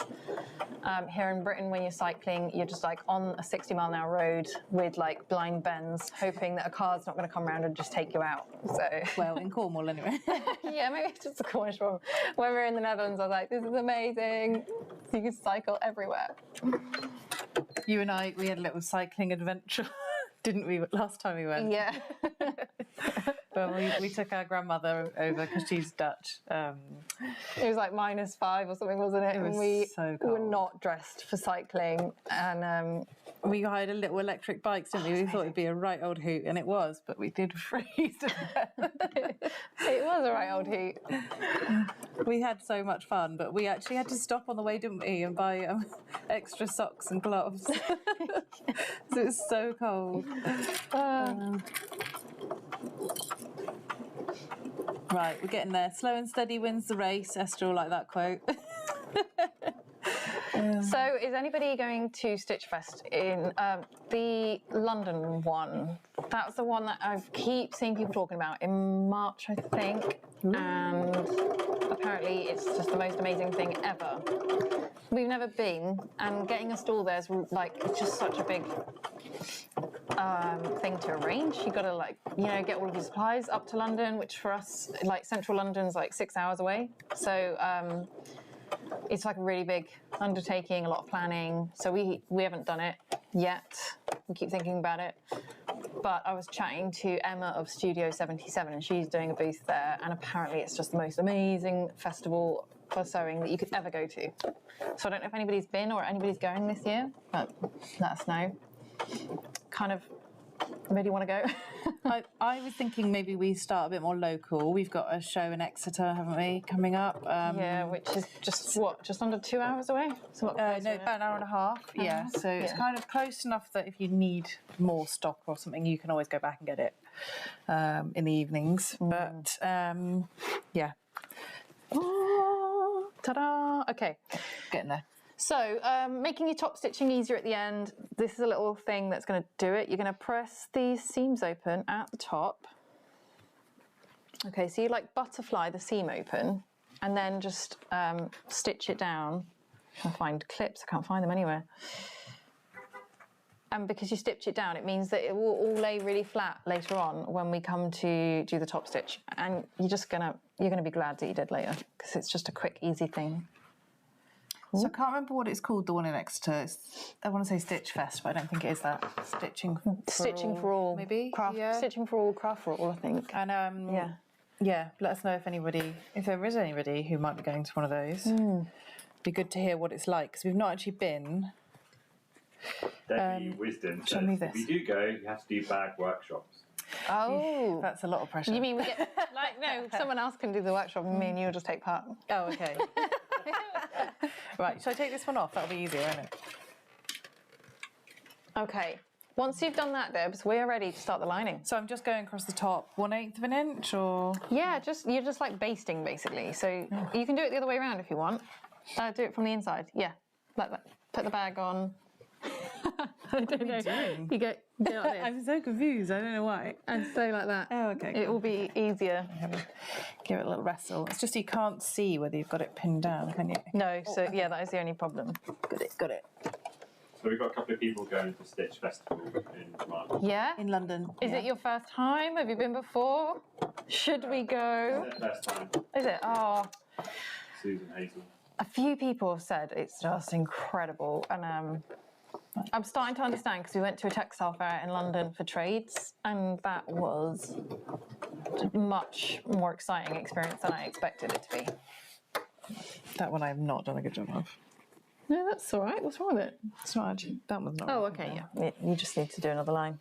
I feel like I need to do it from this direction. Okay, so once Debbie has basted those down, we're going to go ahead and move on to the lining zip pocket. And for that step, you are going to need your zip, which should be 11 inches long. And then you're going to have 2 zip pocket pieces. Are we on me? That's better. Okay. Yeah, stay on, Joe. Oh, this would be so funny if I'm doing this and it's just on Debbie's machine. And then you're going to have your zip pocket facing. Okay. So the first thing we're going to do is place a zip pocket piece right side up and place the zip right side up on the top edge.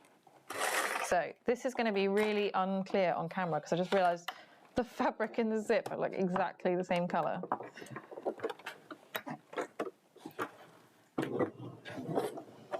But the zip is right side up, the fabric's right side up, and this is the top edge. So if you've got a directional print, this is the top. And what we're going to do is we're going to sew it with just under 1/4 inch seam allowance. And I am just going to melt the end of my zip because it's a nylon zip and I don't want it to fray.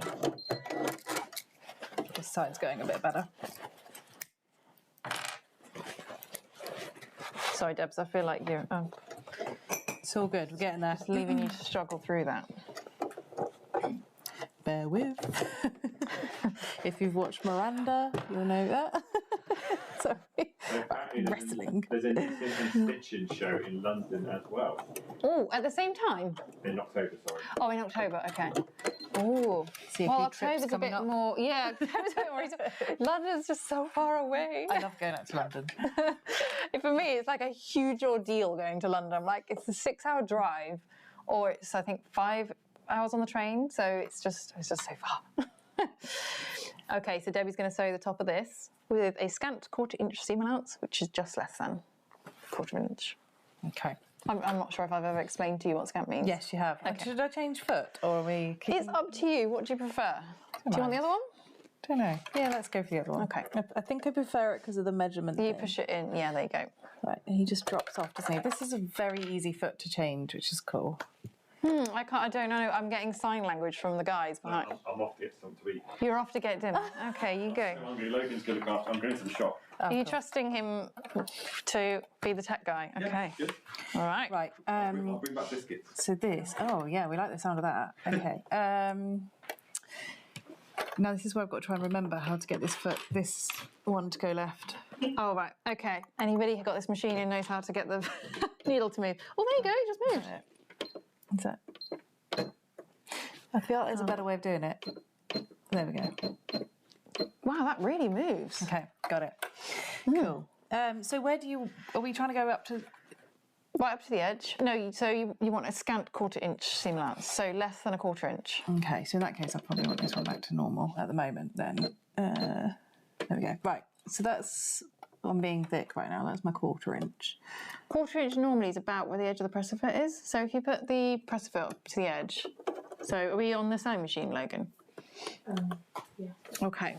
I would say that looks about right. But to be honest, I've never used this machine before. I'm not sure which line. But basically, you want it just under 1/4 inch in from the edge of the zip tape. So you want your needle about there. Oh, right, okay. So that I can't even see from this angle. Yep, so about there. That's fine. I Okay. apologise, I but feel that's like totally that's wrong. a very different... Just yeah, under 1/4 that's inch. cool. No worries. Let me just redo this because I'm going to make a mess of it. Oh, okay. So I've got to ask Harriet, what are you making yours out of today? Because you made one the other day and it was some really funky fabrics. But wondering what you're using today. Liz said that is the one that I've been in school for the last 2 years. What, the Stitch Fest? Oh, I'd love to see the trimming shop stall. And it makes sense because they're based in London, so it makes sense that they'd be at the Stitch Fest. They're very nice as well, aren't they? Very helpful. They're so helpful. So when you go on the trimming shop website, they're the guys that make the green hand press. And like all of the hand tools and stuff. If you go on their website and you're just thinking like, I have no idea what I need or what I'm doing, you just phone them or email them and they are so helpful. I just realised why I was getting so confused because I was looking at 1/2 inch, not 1/4 inch. I don't know why. We're not going to question that. Okay, so your zip is attached. Now you're going to grab we're back on the face, yeah? Logan, are we on the right screen? Are you looking at me?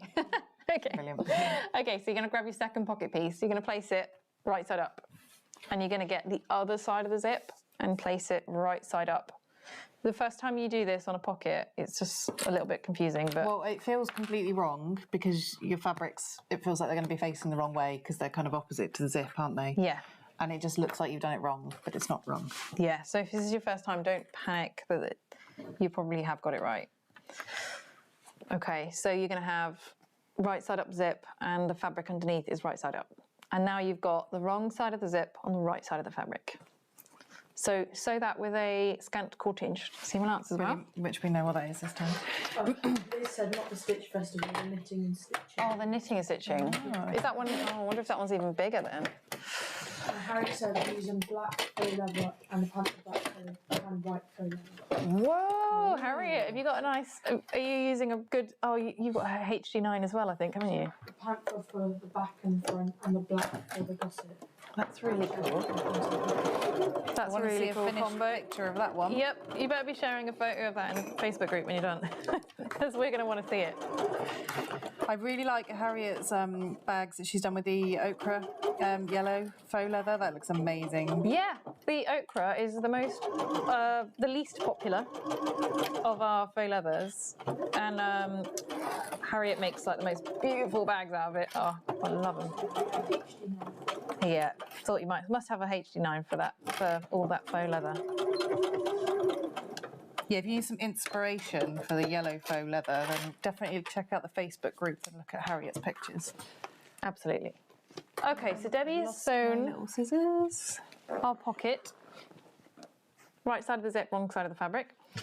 Now, don't forget to add your zip pull now. If you haven't already, now is your time to do it because it's super annoying when you forget to do it. I know I'm not the only person that's done that. Oh, yeah, it's so annoying. You sew your pocket in and then realise you haven't got a zip. Okay, let's add Not that. quite as good as the bag. Was it Zalbora that you did? And did you put the panel on upside down or something? And it had the zip. The on whole the bottom of the pocket was bag. upside down in the pocket. Yeah, it was. Yeah, so it's like you It was opened a up disaster. and right down the bottom there was a little zip into the pocket that went up. But by the time I'd realised it was far too late, and I was like, "There's no going back now." So a friend of mine was like, "I'll have it. I'll have that bag. I don't mind that the zip pocket's right at the bottom and upside down." Okay, there's our zip pocket. Right, zip pocket facing. On the wrong side, you draw a line 1 inch in from every edge, and it creates this box, this rectangle. So then what we're going to do is attach this to one of our panels. So you've got a main lining panel.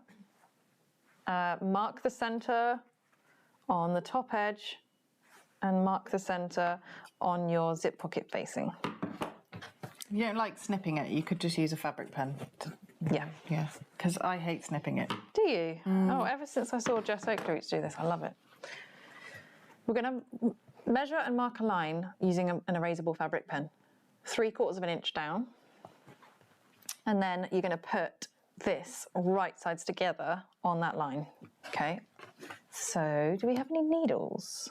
Pins. Yeah, they're in Sorry. your top right drawer. I love the way you knew instantly what I meant though.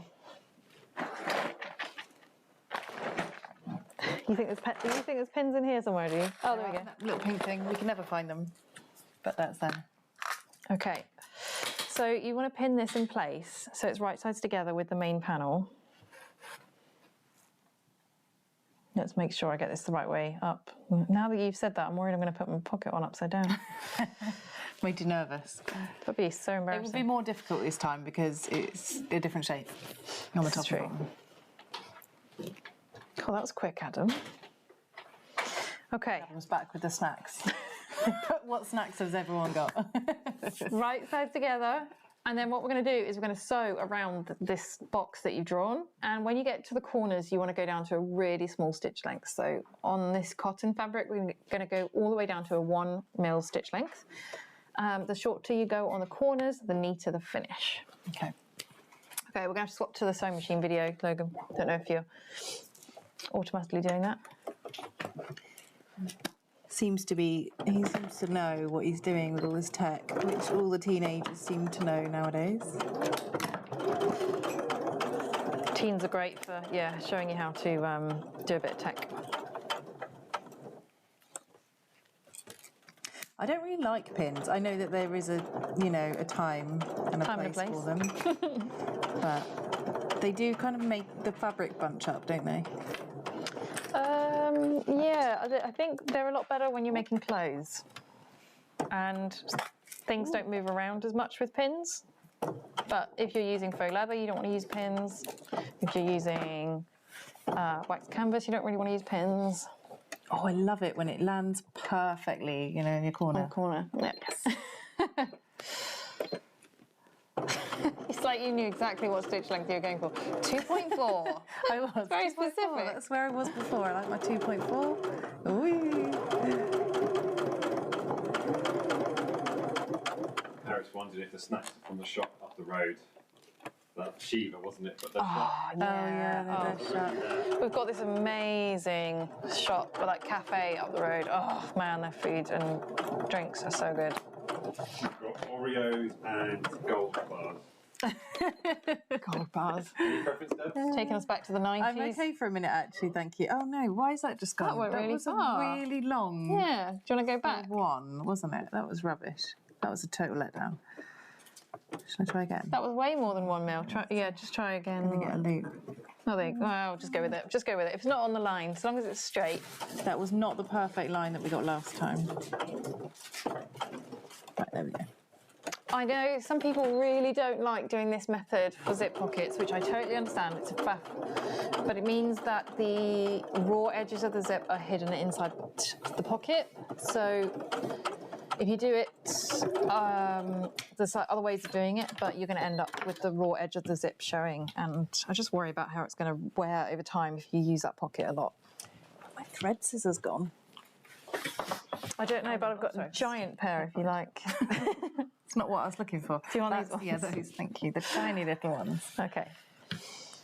Right, so the next thing that we're going to do is we're going to snip into that facing that we just... Which is horrible, isn't it? Yeah, so Scary. you actually want to draw a line down the middle of your box, and then at the end you're going to have triangles going out, and that is what you're going to snip. So if you're in any doubt, there's a diagram in the pattern because it's a bit difficult to show. Joe's just going to go for it, are you? Yeah, I'm going to go for it, yeah. Okay. It's a bit difficult to show on camera. But basically, like about 1 inch from the end, you want to go at a diagonal right up to the corner, and you've got to get like right into that corner, but without snipping your stitches. The closer you get, the neater it's going to be. But if you snip your stitches, then you've got a problem. I have done it, but you know, a craft knife actually, I think, makes this much easier, but I don't have one to hand. You can hear the snacks over there in the corner.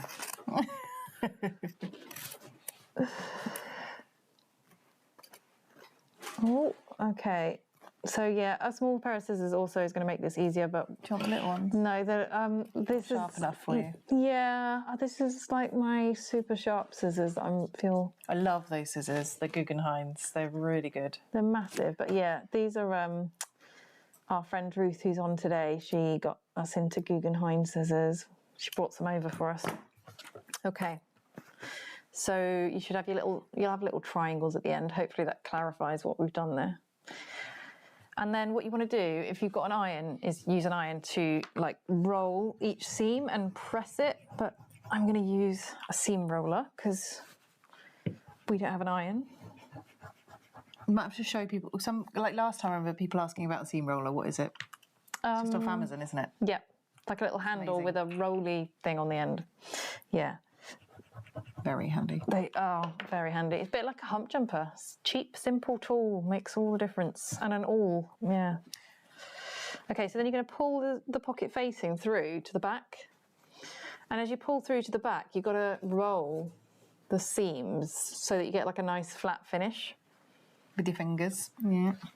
And again, if you've got an iron, it's going to be a lot easier. Do you think we should iron them? Get the iron. Got the iron over there, if you want me to. Do you want to turn it on? I feel like it's going to be a whole lot easier for you to sew if it's pressed properly.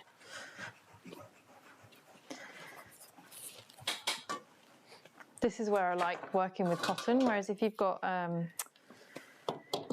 polyester, like cotton, polyester canvas or something for your lining, it's great because it's like really structured, but it's going to be a pain in the bum when you come to this step.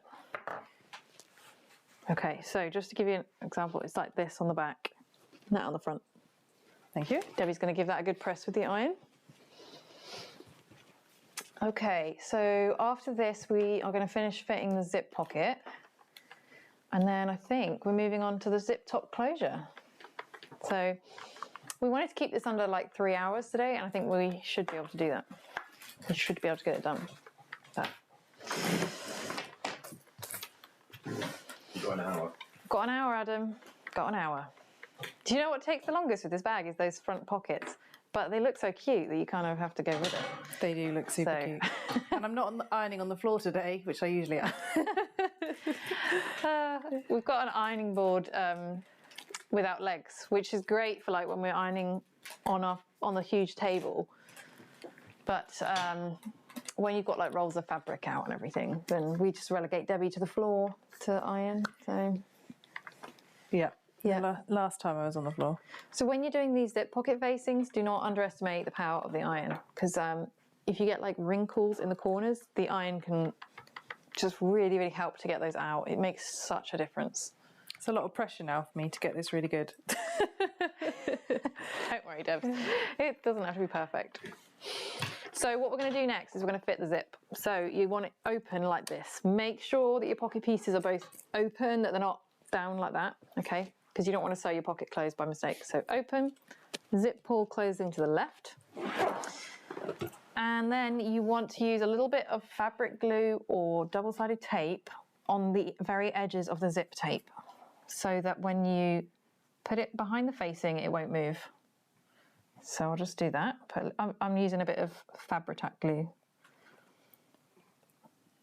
Oh, it's a new fresh bottle, so it's like running out nice and easy, you know. Sometimes you're there like squeezing it with all your strength. Okay, there we go. So then you grab your pocket facing and you put it on top of the zip. And these edges here will line up with the edges of your zip pocket, and then you know that it's nice and centered. Okay, so it goes over the top. Well, the fact that the zip matches the colour of the fabric is very forgiving, isn't it? Perfect, isn't it? Yeah. I don't think I've ever had it so well matched. And make sure that it's all nice and flat, and that your zip tape, like the teeth are centred and everything like that. So we're going to have to change the name, aren't we, of this fabric? We've been trying to get all the names the same, so it's a bit less confusing. But this pickle is obviously the same colour as sage green, isn't it? So make sure that the pocket pieces are still like you can see, one's poking at the bottom and one's up the top. And that way you won't sew your pocket closed. And you're going to sew around the entire box, okay? And I don't recommend starting on a corner, because when you start on a corner, it's really hard to finish exactly in the same spot. So I tend to start like a little bit further in. I'm going to try putting my... I've never done this before on this. Debs is just going wild. She's just trying. Do I just try it? What? And then you have the edge of the presser foot. Yeah. Go Doesn't get caught on the zip. Go for it. I mean, that's the reason it's got that. Are we on the camera? Function, I on guess. the sewing machine camera. And I'm top stitching, so should I go up to a 4? No, I go for a 3.5, I think. Okay. Yeah. I know. Adam's laughing at me because I just basically pick a random number out of the air. Half a millimetre. It makes a difference.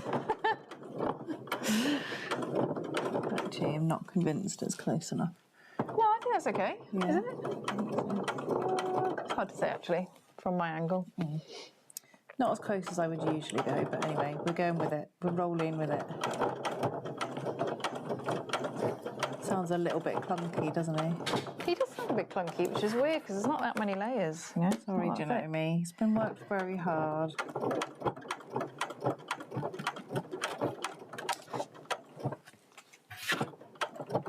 We did ask a little while back, like on our Facebook group, I think it was, like how many of our customers use domestic sewing machines compared to other machines, and actually the vast majority use domestic machines. So that's nice. So that's why we carry on using a domestic when we're testing all of our patterns and writing them. What are you doing there, Debs? Just doing I just need a tiny Oh, I see. Yeah, you just want little stitch. to be just past. Okay. Debbie's going rogue. Well, oh. No, you went one too Yeah, far. not going too. It's too late. It's too late. You've done it now. I won't go back. You're just gonna have to go. No, just go wide. Go for it. Yeah. Oh, no, that's not. I'm not No, happy that's about fine. This is why you have a matching thread. that. Okay. Right. Okay. He got really stuck there on the corner. Sorry, Naomi.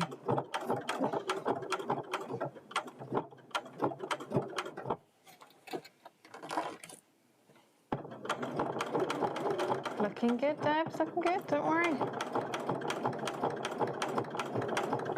So I've been like a medical secretary for like 15, 16 years or something. So I should be amazing at controlling a foot pedal, but somehow It's a different type of foot pedal. Yeah. Years and years and years of typing, and yet, yeah, I'm no good at the foot pedal. I don't know why. You might have to explain that there, because typing is using your hands. Oh yeah, that's so if you're doing audio transcription, you use a foot pedal whilst you type, Yeah. so you can type quicker. So yeah, many So years. you should really have like great abilities for sewing because you've been using your hands and your feet for your job. Yeah, no, I can type super fast, but that's not that helpful when it comes to sewing. Ta-da! Yay. Okay, let's get that little thread trimmed. It's not too terrible, is it? Okay, so then you're going to pull your top pocket piece down. Okay, and yes, one of them is longer. That is absolutely fine. So what you're going to do is fold the bottom edge of the short one up by about 1/2 inch, but this really doesn't need to be like specific. It's just not a problem. So you're just going to fold it up and give it a little press. This is where an iron is really helpful again. And then you're going to grab your longer one. It's going to be easier if I do it upside down. And you're going to fold it to match so that they're both folded up. And this is so that when we turn the bag out through here, we've got like a nice folded neat edge. So it makes it a lot easier to sew the pocket up. And yes, if you want to, you can trim the longer one and then fold it, but it doesn't really matter either way, whatever you prefer. I'm never one for trimming more than I have to. Yeah. Okay, so I'm just going to clip those two pocket pieces together and down the side as well. So this is what we've got going on, and on the other side. So now you just need to sew the sides of the pocket, not the bottom, just the sides. And you're going to backstitch really well on the bottom so that when you turn the bag out, it doesn't tear your stitching. So to do this, take it over to your machine and just pull the main panel out of the way and then sew down the sides. Cool. Got it. 3/8. Yeah, to be honest, whatever you want. Really doesn't matter. I mean, not an 1/8 because, you know, the seam won't be strong enough. 1/4 inch, 3/8 of an inch, you choose. Yeah. Cool. Okay. Sometimes it's so important to get your seam allowance right, and sometimes it really isn't. This is one of those instances where you can use pretty much whatever seam allowance you want.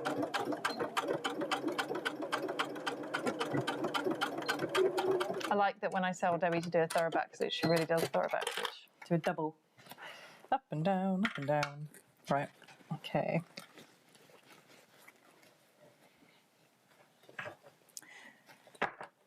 It's not as neat as I want it to be. That's all right. It's okay, it's the pocket. It's the pocket, yeah.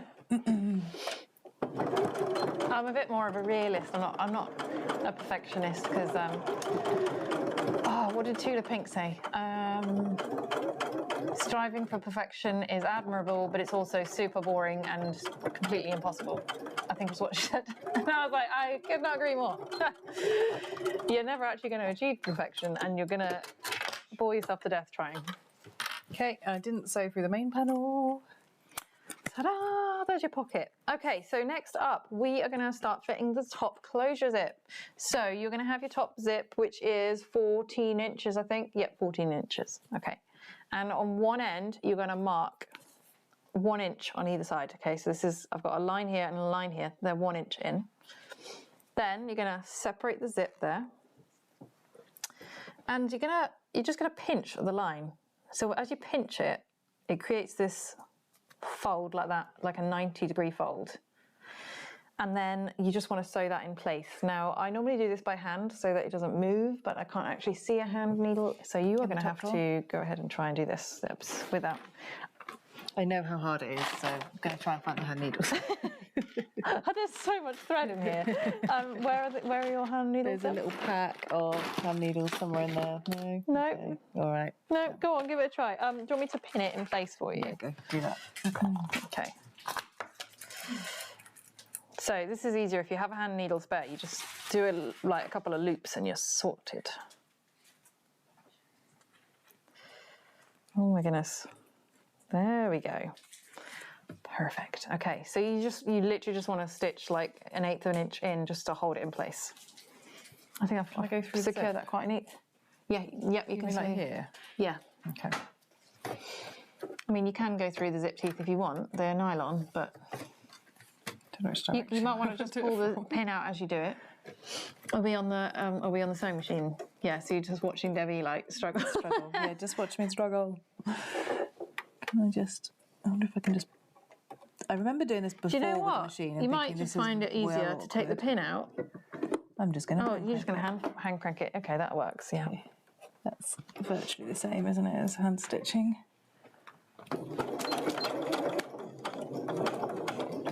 Remember that you don't want it to be seen in the zip. No, it's going to be a little bit seen, but it's fine. Okay. It's matching thread. Really, you want to stitch that way. Okay, so we're going to pinch the other side and create a fold, and you want to make sure that they're like lined up, the folds. Mine's not lined up. There we go. Okay, so they're lined up, and then you're going to go ahead and sew that one down as well. I feel like I'm going to go straight through my finger. There we go. Okay, Debs, hopefully that makes it easier to sew down there a little. I'm not really sure. You might want to use your awl to hold it in place. I'll let you so decide. much easier to go the same direction I just did. So many people say to me, oh, it's so much easier to do it on the machine. I think, no, it's like 2 loops by hand is really easy. You can do it in the other direction if you want to. As you say, your thread is matching. You probably won't be able to see it. Yeah, I feel like that's way easier. Okay, I'm just going to look through the next couple of steps. Okay, the next couple of steps are like fitting the zip end, which we will leave to the end because I don't have a zip end on hand. I feel like I am making it way harder than it needs to be right now. Do you want me to? Do you want me to help? Take the pin out. Take the pin out and just hold it in place. Go away, pin. I bet there's loads of comments going, it's much easier if you just do it this way. Yeah. Okay. And then you can just hand crank it even. Okay. Okay, Not so even where are we using the going awl at this next? point. We need our zip tops next, actually which move. are those. Doesn't want to actually go through the machine. There we go. Okay, you're totally going to see one of those stitches, but you know. It's okay. We can always remove them later if you like. Okay, so the next step, we are going to fit the zip end at the very end. Do you want me to grab the zip end? It's fine, we'll just fit it at the end because it doesn't really make any difference whether you fit it now or later. So the thing you do want to do now is fit your zip on the other end of this. So where's the zip? Whilst There we're it is. doing that, I'll get the zip end. Okay, so I'm going to go ahead and put my zip pull on. Oh, that's not quite straight. It needs to go in a bit more. There we go. So your zip will then close into the ends that you just sewed down. The next thing that you want to do is trim the little turned bits off, okay, so that it's kind of flat all the way along your zip. Lynn sets it so that she glues it at 90 degrees. Oh, that's all And then right. goes to a tea break, comes back, and then she just sews it. That's actually quite a good idea. That's a good idea, I like it. I've lost my, oh, there is my lighter. Okay, so I'm just going to melt the ends as well. Somebody said to me that they melt theirs into, I don't know how they do that. Here we go. Okay, so it's now like the same width all along, which is going to make things easier. Grab one of your zip top pieces. Okay, so this is the long thin bit. Place it right side up with the top edge at the top. If you've got directional fabric. Yeah. And you're going to measure and draw a line 1 1/4 inches from the left and 1 3/4 inches from the right. Okay, and then you're going to pull your zip apart and put a wonder clip on the end so you don't lose your pull. Okay, and what we're going to do is we're going to place this right sides together, and the turned teeth are going on the 1 1/4 inch line. So I'll clip it in place because this isn't the best. This is what I found really hard in the pattern. Is it? But then you hadn't done the video yet by then. So. Yeah, it's easier, I think, when you watch the video because you can see it overhead. So you're just clipping the zip so that it's right sides together. The teeth are pointing toward the top of the panel piece. Okay, so this is my 1 1/4 inch line right here, and the teeth are on it. And then and you can see the teeth are running along the top here. So then when you get to the end, you're gonna like fold it over like this. So again, you've got like a 90-degree angle, and you want your 1 3/4 inch line to be where this zip tape is. Okay, so I'm gonna Not clip where it the at the top. teeth are, where the tape is, yeah. Yeah. Cool. This is much easier when you're looking overhead. Ruth is loving all the green, by the way. Oh, good. It's good. I love how well it all matches. It's amazing. So you're just going to baste that in place. So just like an 1/8 of an inch seam allowance, whatever you fancy, really. You know, 1/8 of an inch, 1/4 of an inch. In which direction? Should I go in this direction? Either direction's fine.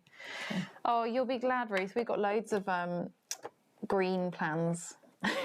Yeah, we've got like 2 of the new Mora colours are green, and we've got some really cool wax canvas that we picked up that's green. We're going through a bit of a green phase at the moment.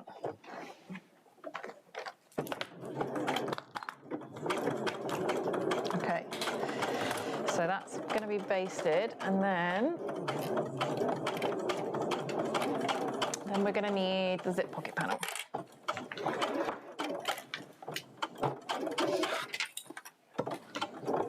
Debs, did you bring me a banana earlier? Yeah, there's one out the back. Oh. Logan might be able to grab it for you. Got that all? Yeah.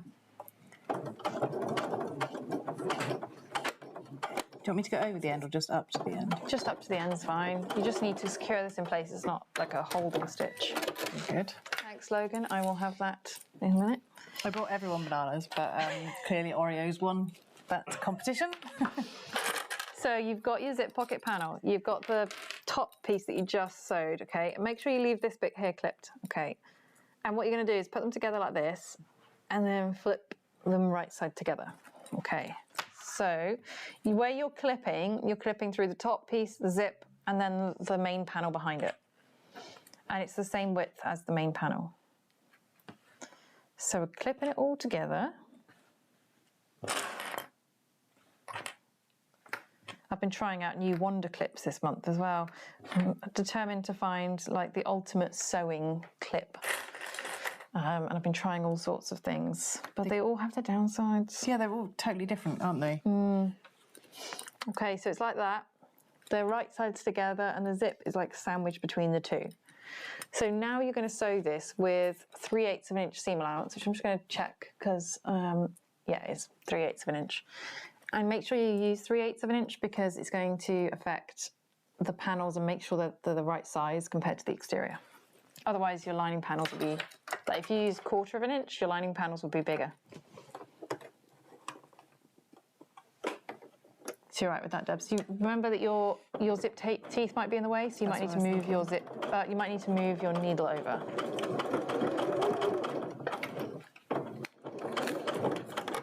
So are you going to confess what happened with the oilskin fabrics on Friday? Because we started talking about that. So I think Debbie had a really There's a lot of orders on Friday, wasn't there? Well, it wasn't just that. We also, the wax canvas had just arrived, hadn't it? Which we ordered Yes. months ago. And we were like making headway on that. Me and Esther were so chuffed. It was like, yes, we're really, because it's all got to be cut up, hasn't it? And then rolled. And rolled and stored. And we were like, yeah, we're doing great. And then me and Adam saw this guy on Facebook who runs a company similar to us, but not bags. It's actually really similar to us. Yeah, and he has all this wax canvas from what they used to do. It's like, more like an oil skin, isn't it? But calls it wax canvas. Yeah, oil skin. Oh,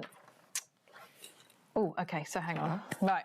So next, we're going to unclip everything. Okay, and you're going to like press this top panel up. You just want like a really nice neat edge. So if you've got an iron, go ahead and use it. And your zip teeth will be kind of pointing down to the lining and your zip's going to be hanging down like this. Okay, so what you're going to do is top stitch through this top section here, sewing through all the seams behind it. There you go. That's as good as it gets because we don't have the iron.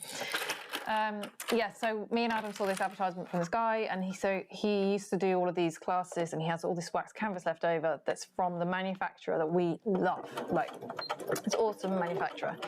And we've got some of their oil skin already, and he said, oh, so I've got all these like half rolls, and they need rehoming, and he wanted them all to go in one lot, which, you know, like for a normal person, you'd never get through that much. So we thought, hey, yeah, we can help you with that. And we went down and we just picked up without thinking, filled up the car, and then we arrived at the shop. And Debbie looked like she was going to have a breakdown because she'd just been making headway on these like 20 rolls of wax canvas, and we just turned up with like 20 more. 30 rolls of oilskin, yeah, like 30 more rolls, and we knew the Mora was coming on. Well, we thought the Mora was coming on Wednesday, didn't we? Oh, it was brilliant. Some of it's on the website now, isn't it? There's actually some still that we haven't listed yet. Because I've got to get so many photos, and a lot of them are just like, it's not like a whole roll. Normally you get 50 metres on a roll, but it's just a bit. Are you happy? Is that too far out? No, that's fine. Okay, cool. Yeah, if you want to use a bigger seam allowance for your top stitch, you go for it. Well, I didn't mean to be fair. The zip teeth are kind of getting in my way, so yeah. I'm going to have to match up the other side now. Okay, so now that Debbie's top stitched it, we've got the second one, which is for the other side, and we're going to put the opposite measurements. So this time we are drawing a line 1 3/4 from the left, and then 1 1/4 from the right. Okay, and make sure you've got an erasable fabric pen. That would be I've done that actually. It's not funny. Okay, so we are going to have this right side up. You're going to grab your panel, and you are going to put it also right side up, so that it's got like the two top pieces that we're working on are facing each other. Okay, and you're going to grab the other end of the zip and place it on your 1 1/4 inch line. Okay, so this is probably where, if you ask me, reading the pattern and just checking you're doing it the right way around is easiest.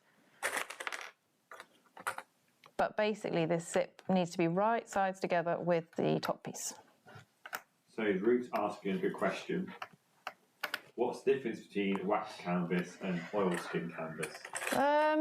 So I think it's one of those things, you know, like faux leather and vinyl, technically they're the same thing. But we call them different things to try and like differentiate, because they are kind of different in like, yeah. Texture and things. So when you reach the next line, you're going to fold it up just like you did on the other side, so that the tape is running along your second line. And I'll just show you what this looks like. There you go. And go ahead and baste that same as you did with the other side. You're just repeating what you did with the first side. Is this 1/4 inch again? Yeah. So like a long 1/4, whatever you want. Yeah. Okay, cool. Okay, so wax canvas and oilskin. Like wax canvas tends to be more Waxy. Yeah, but waxy and oily. It's more rigid, isn't it? Yeah, it's generally more rigid. Yeah, and it's like it's not as. We'll show you two oily to the pieces feel in a minute. Yeah. The canvas itself, on the oil skin, the canvas is finer, isn't it? It doesn't have such a defined weave. Yeah. Is that even the right way of saying it? I'm not sure. Let's have a look. It may not be visible on a live screen camera. Yeah. So for us, our wax canvas, it's got like a really defined weave. You can see it. And it's like really stiff. Like it feels like cardboard when you first get it until you start using it and it softens up. Whereas the oilskin is oilier. Like it feels oily and it's a bit more malleable. It's not as stiff and it doesn't have such a visible weave. And then you get like some of the oilskins we've got are a lot thinner than this, so they're really soft and malleable, whereas this is just not at all soft and malleable. But if you've used this to make a bag, you'll know that by the time you've finished, it's like this, and it is soft and malleable, and it looks like leather. So a lot of people, when they first get this, we get an email from them going, what the heck is this? It's like cardboard. How can I make a bag out of this? And as soon as you start like using it and moving it around, even if you just like scrunch it up, it's totally different and it turns all fabricy. I remember we had like a really nice young customer come in. She's doing her first ever like workshop. She'd never really done sewing before, and she wanted to make a tote, like a really basic tote that she had a pattern for, out of wax canvas. And she said, "Am I going to look like an absolute nutter walking into this class with this?" And I said, "No, it's actually going to be really easy to sew with, and you don't have to interface it and things. But it does look difficult, doesn't it? It's a bit daunting, but it's really easy." Yeah, it's such a strange fabric to work with, but so good. Okay, so your remaining lining panel is going to be right side up, and you're going to grab that second piece that you just worked on, and you're going to place it directly above it, and then fold it down so it's right sides together. And same as the other side, it's right sides together, the zip is sandwiched between the layers, and go ahead and clip those together. I don't know if Ruth's ever had any of our wax canvas. I'm like, oh, I wonder if I need to send some to you, Ruth. But she's just saying it's not oily in the sense that it would go onto other fabrics. No, that's what's weird, because oilskin's what they use to make like a lot of coats and stuff. Like branded, like Barber yeah. and Jules and things like that. They use. I think you just oilskin named a couple of clothes. very British bands. Sorry, yeah. If you're in England, that's like, yeah, they are quite British bands. That's expensive. Yeah, expensive. Really expensive. Yeah, and it makes it water resistant. And yeah, it does kind of feel oily, and yet, yeah, it doesn't come off on anything because you always have coats made of it, and it's absolutely fine.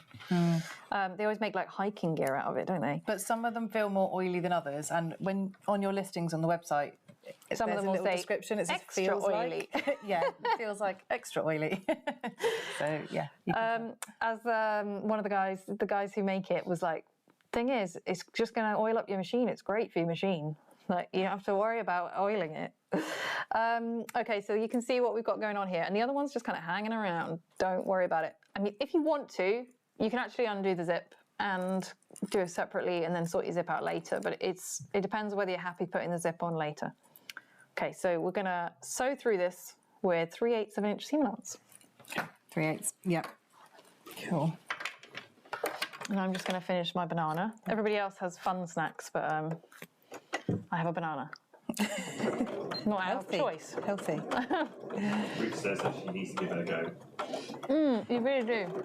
If anybody like does an order and wants a sample as well, we can do that, can't we? So Yeah, we can just put in like a little offcut, and you'll see how weird wax canvas is the first time you use it. Yeah. I've cut up some samples to put in just with everybody's orders. The problem is we've run out of printer ink and it just keeps not arriving. They've resent it, haven't they? I think I just need to go and pick some up. For printing the labels that says what it is. Because otherwise people are just going to get this random little piece of what looks like a cardboard fabric through and they'll go, what is this? Because it doesn't say sample on it. Yeah. So I just need to print some little labels just to say, wax canvas sample. Sherry Edwards asking regarding the oilskin wax canvas, does it leave a greasy residue on the surface of your sewing machine and the surrounding area? The oilskin can a tiny bit. The oily ones, yeah. Only if you're like regularly using it on a surface, like Well, like if I'm using it on my sewing machine, I will just wipe my sewing machine with a microfiber cloth when I'm finished. Okay. I'm going to unclip everything. You're going to push that top bit up away. And again, we're going to top stitch through this. So I'll just give it a little press with But I would say that's more with the the ones that are extra oily, isn't it, actually? Because the 530 GSM oilskin, which we had before anyway, that one doesn't seem to leave. Oh yeah, that one doesn't. You've used that one a few times, haven't you? And I don't see any residue anywhere. Okay, so you're just going to top stitch through here. So the oilskin, yeah, I mean, this one. Oh, sorry, Adam. Oh, sorry. Oh, it's all gone haywire. I lost my mic and everything. I would say the oilskin looks a bit posher, doesn't it? Yeah, the oilskin looks less rustic. Distressed? Yes, distressed is the word. Okay. Is my mic even on? I just lost it. Okay. This is the oilskin, so it's not as like patina. It's not got like all of the crease lines everywhere. Whereas this wax canvas, like it's just so many creases, so it kind of looks like leather. Like that distressed kind of leather. So there is quite a difference in how it looks when it's finished. But this, it doesn't feel oily now that the bag's finished. Yeah, and it doesn't transfer or anything. It's got like a bit of a soft feel. This is what we're doing for the January challenge in the Facebook group, by the way. Barina bowler bag. Yeah, Baronia. Oh, Baronia, sorry. Yep. Okay, so once you've got these both sewn on, what you want to do is just do up your zip, okay, which is going to feel a bit weird. And you just want to make sure that it ends up like this, so that the zip is closed where these two top pieces are. I've never not had it turn out like this, but you just want to double check. It looks totally inside out, doesn't it? It does look inside out. Okay, so where are we at? We have got them both top stitched. Now we are going to go on to the lining gusset. So we've got the lining gusset. We are going to draw a line on the wrong side, 1 inch down from the top. If I can find. I feel like we've got an audience outside. There's so many people suddenly arrived. I'm not sure what's going on. They like to stand by the window, see what's going on. Ooh, look what they're doing. Because it's dark outside, you can just see everything, can't you? Okay, and you also want to mark the centre on this gusset because we are going to match the centre to the lining panels. Now, if you, like me, liked the tight gusset and you trimmed the exterior gusset down, you need to trim your lining by the same amount. So I am just going to do that real quick. And don't worry about your line, it doesn't need to move or anything. I can hear Adam whispering about us. Okay. And if you didn't already, you also want to mark the centres on the bottom of these lining panels.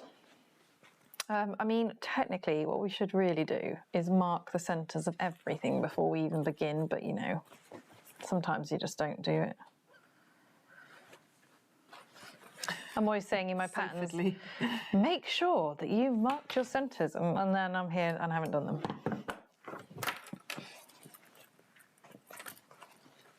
It's coming together, it's getting there. Yeah, we're actually almost there. Do you know, I think we can get all of it done except maybe the strap, and I've got so many little videos on how to do straps. So, okay, got my centre marked. I'm going to start with the zip pocket panel because, I don't know, feels like the one that's going to be most awkward. I'm going to match the centre mark of the gusset and it's going to go right sides together with that panel. And I'm going to clip the bottom first. Okay, so I'm just going to clip the whole of the bottom here. And then I'm going to clip the top edges next. And this is all right sides together.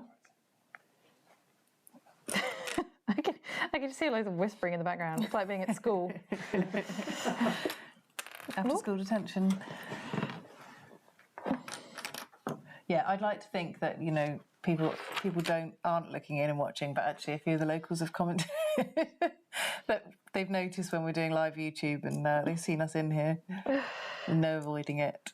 So we're just going to snip into this corner, same as before. Like this is exactly what we did with the exterior, and then you're going to spread it around the corner and clip it in place.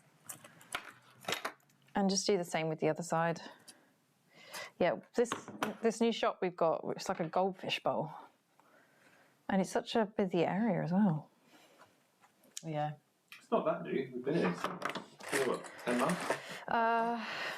Did we? I think we signed the lease in April, didn't Yeah, we did. We opened in July, didn't we? we? Yeah.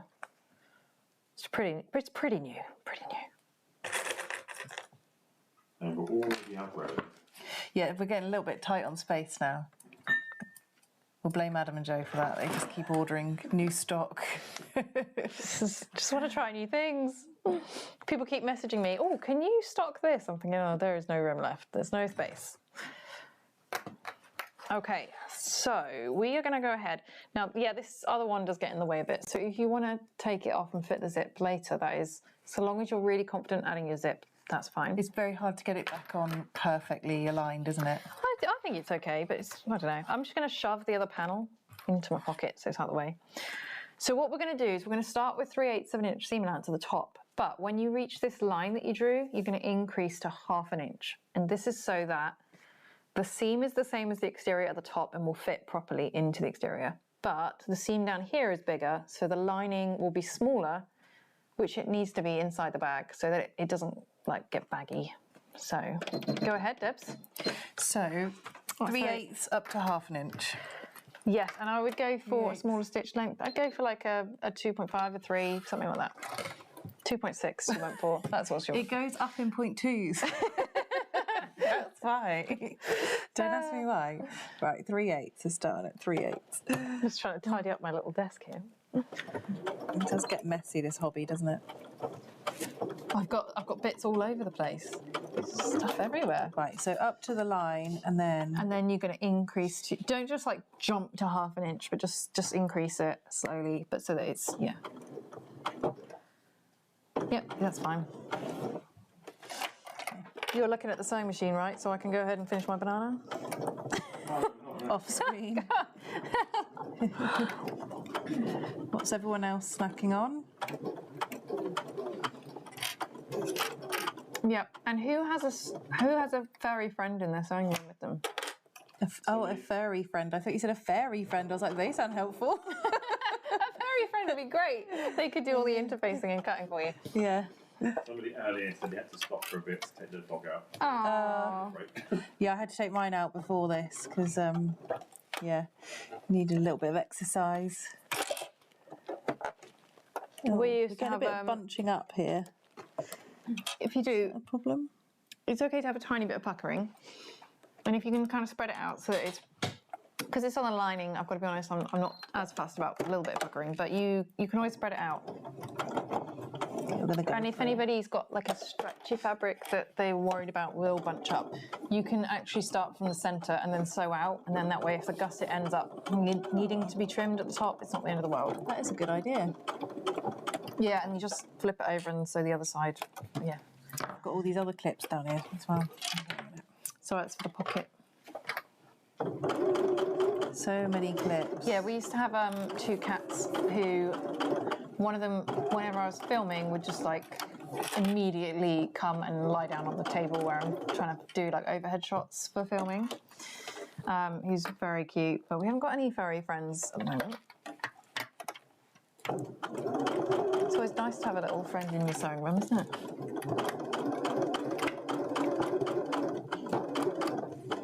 It's a very doggy place, Cornwall, isn't it? A lot of people here have got dogs. Yep, just not me. Adam's not a dog fan, so I get to dog sit every now and then for friends and family, but he's not a dog fan. Yeah, so don't worry if you need to spread it to the top a little bit. Then go for it. He's out the way. The lining is a little bit more difficult because of the 1/2 inch seam allowance. So if you hate that, you could always trim it.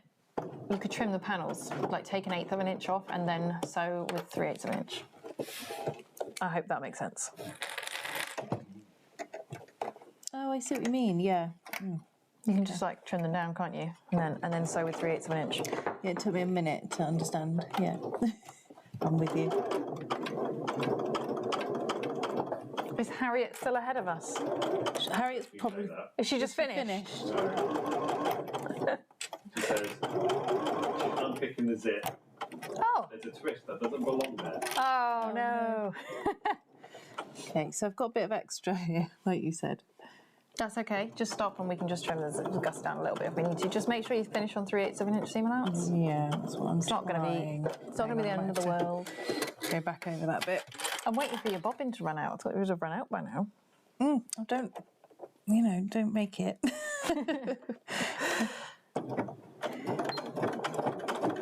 Just gonna try and go back.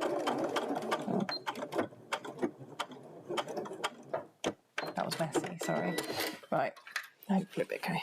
So if you've got pinking shears, you can go ahead and trim that seam allowance down a bit and use the pinking shears on the corners, on the curves, and that will help things lay a little bit flatter. I'm wishing we had the pinking shears. I was just going to say, do you want me to get them, but they're out the back. It's all right, I'm just going to do what I can. Okay, so we now need to attach the gusset to the other side. So you're just going to do the same thing and match up your centre marks, first of all, and clip the bottom together. Actually cut myself with the pinking shears the other day, which I didn't know was quite possible. impressive. Yeah. It's really painful. What were you doing? Cutting zip tape for an order. Just managed to slice my palm with them, and it was a big zigzag cut as well, because obviously they're zigzag, aren't they? Ouch. Yeah. Okay, so I'm just going to trim this one down to match. Oh, okay.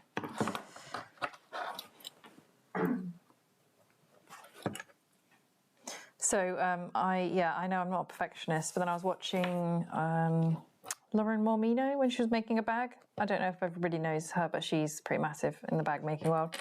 And she made me feel a lot better because she also, is just very much like, let's just make this fit and let's just make it look good, and it doesn't have to be absolute perfection. There are some really nice other bag makers out there, aren't there? It's a good community. Yeah, it's quite a nice... yeah, community is probably a better word. I was thinking industry, and I was like, that's not the right word. Like, sector? Well, the other designers, I don't know what the word is. The other designers are really upbuilding, I find, aren't they? And they encourage each other, which is really nice. Yeah, like we've all had this new thing with like GPSR to do with European product safety, and it affects like selling digital sewing patterns. So all the sewing pattern designers for bags just all got together and like all trying to help each other understand this new legislation and how it affects us and what we need to do to be legally compliant. And it's just been a really nice, community. Oh, okay, so I'm fitting the curves around by doing those little snips again and clipping it all in place. Harriet's saying she likes Diane from Spencer Rock. Oh, I like her too. She's great. Yeah, she's really great. Her patterns are like really thorough. We've made a few of those, haven't we? Okay, so that's my second gusset. That's the lining. So you're going to start with 3/8 of an inch, finish with 3/8 of an inch, but increase to 1/2 an inch as you go through. You haven't drawn the line? Oh, you do it from the gusset side. Oh, okay, sorry. So you can see the line on the gusset. I cannot see any lines. Gusset side up. With you. Yep. Okay, we are really getting close to finishing. The thing with bag making is it feels like it's taken forever, and then it's like, boom, you're done. Yeah, that's true. That's where we're about to reach. It's like it surprises me every time. It goes super fast. So while Debbie's doing that, I'm going to do a simpler strap than in the pattern, because in the pattern we've got like a two-sided strap, but I want to do this nice simple one so it's quicker for the sew-along, because we don't want to go over 3 hours.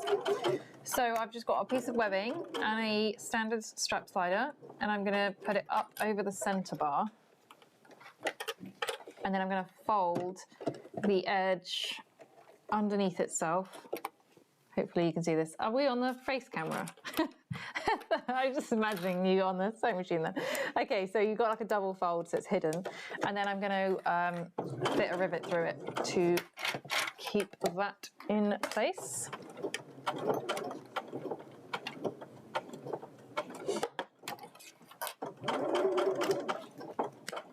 There we go. So yeah, in the pattern, the strap is a bit prettier. It's got like a double-sided thing, but it would take a little bit longer. So tonight, we're just going to do this one. I don't suppose you have the normal press things, do you? Oh, yeah, the normal rivet? Well, yeah, I do, yeah. Do you want to slide it over for me? There's no sliding this green machine. There you go. I haven't taken the top one out.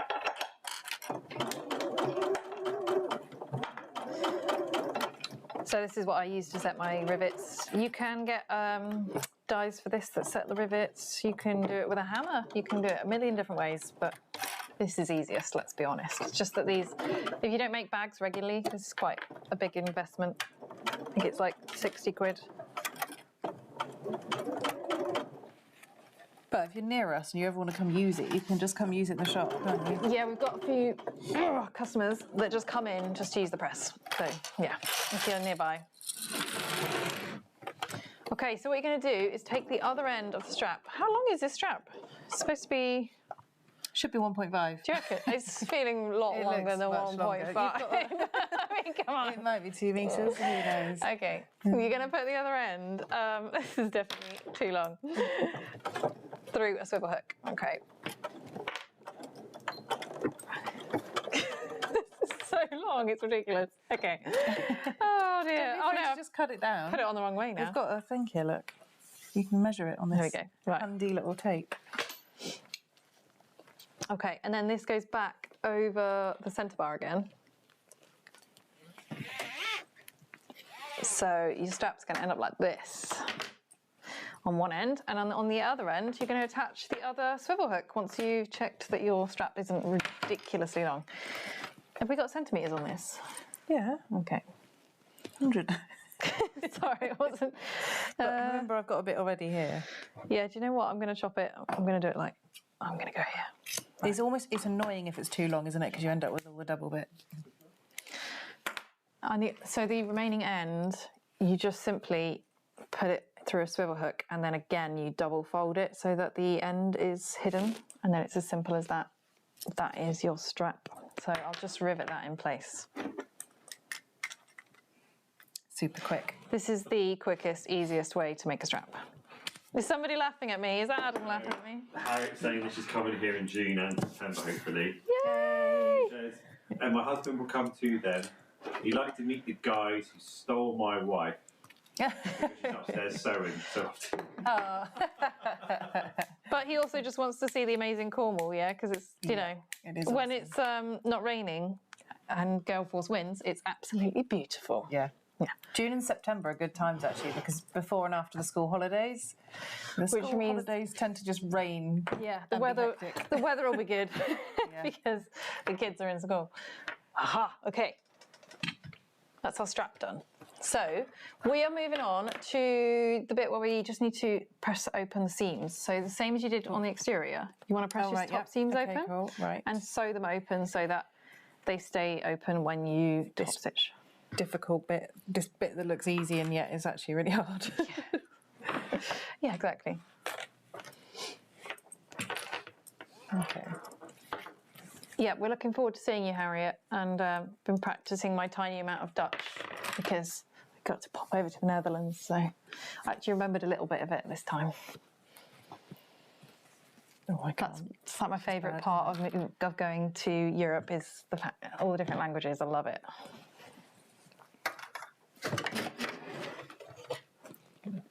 Take that off again. Well, Adam made the mistake of saying hello to somebody, which is like the Dutch for hello. Like he just got the accent just right, and that was it. The guy thought he was Dutch, and I was chatting to him for ages, and Adam just stood there like, I have no idea what's going on. I was like, oh my goodness, you should have definitely gone with hi. That would have been safer. Oh.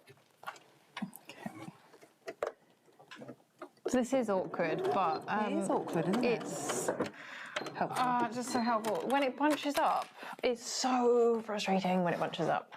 So Oh, there you go. This one's going much better. yeah, Oh, then. because the lining doesn't have a stabilizer on it. Okay.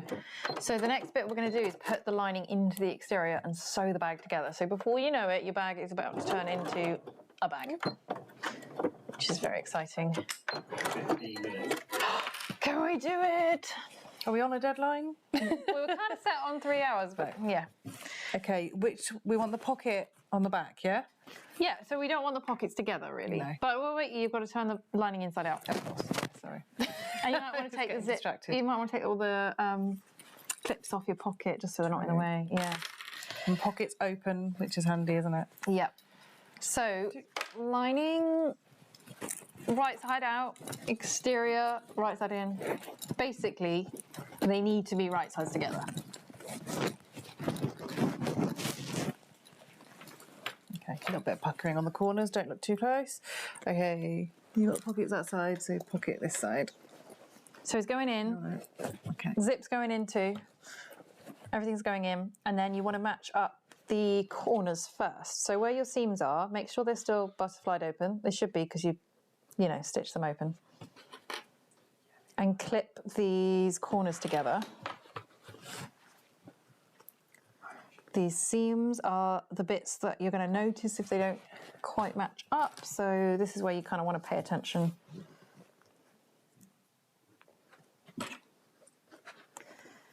Okay, so now you want to clip the rest together. Now, if they don't match, it's because your seam allowance is slightly off somewhere.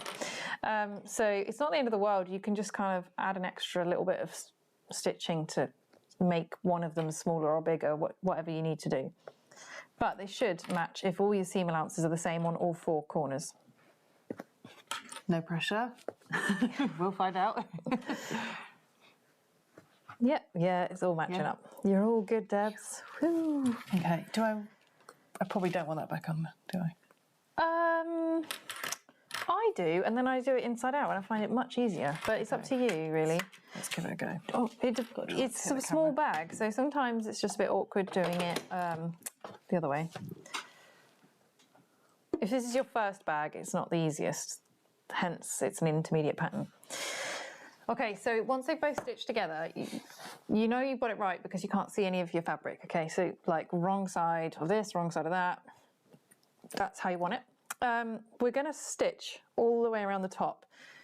It's easiest, in my opinion, if you baste it first with an 1/8 of an inch seam allowance, just like a long stitch length, 1/8 of an inch, and then sew it with 3/8 of an inch once you've got rid of your clips, because your clips are a pain in the butt. Okay, start in the middle because that's easier, isn't it? Yeah. Okay. There are a lot of clips on this. Okay. I feel like the sewing machine angle right now is just going to be seeing the underneath of the bag and not see anything else. It's going to see me sew my bag together. I don't like this bit on because it does just feel like you're sewing your bag inside out and you will never see those fabrics again. That would be upsetting.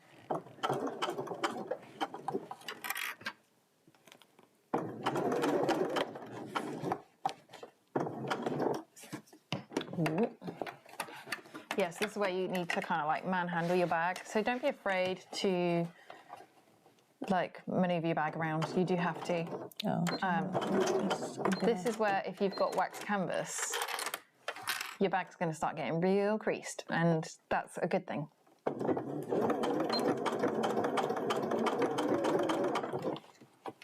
And if you're working with cotton, you can always just iron it afterwards, so don't worry about it, you know. Esther said once the wax canvas kind of looks like the sea. Looks like the waves of the sea, with all the creases. All the creases, yeah. And it does, yeah, all the colours even, not just the blue. It just has that kind of texture. It's really nice once it's all creased and finished. Can anybody see anything right now, Debbie? Oh, you can. I thought you were just looking at the bottom of the bag, like watching it go around. There we go. Oh, hang on. He slipped a bit, hasn't he? Let's see.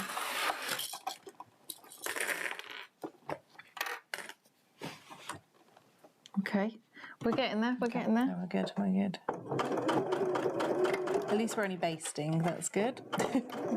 Yeah, Not too that's much the thing. pressure. And also with the basting, you know, if it goes horribly wrong, you can just seam rip it. This is true. So a few people were saying, why not use without the table?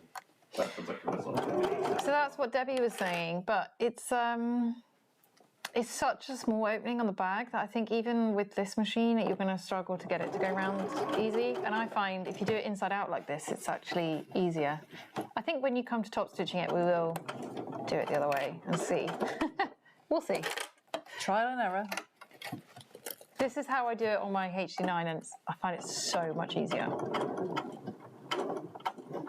I I think I did end up doing it this way last time. I think I tried all the other options and I came back to this actually. So. This is where you want to be one of those people that's got like 8 different machines and one of them's a cylinder arm and you know, we see these people on Facebook and we envy them. Okay, so now you want to change to 3/8 of an inch and get your smaller stitch length and do your proper seam. What stitch length? 2.5-ish. Yeah, because we're working with cotton, so let's go small. Okay, 3/8. 3/8 of an inch. Right. This is the serious stuff. We're getting serious.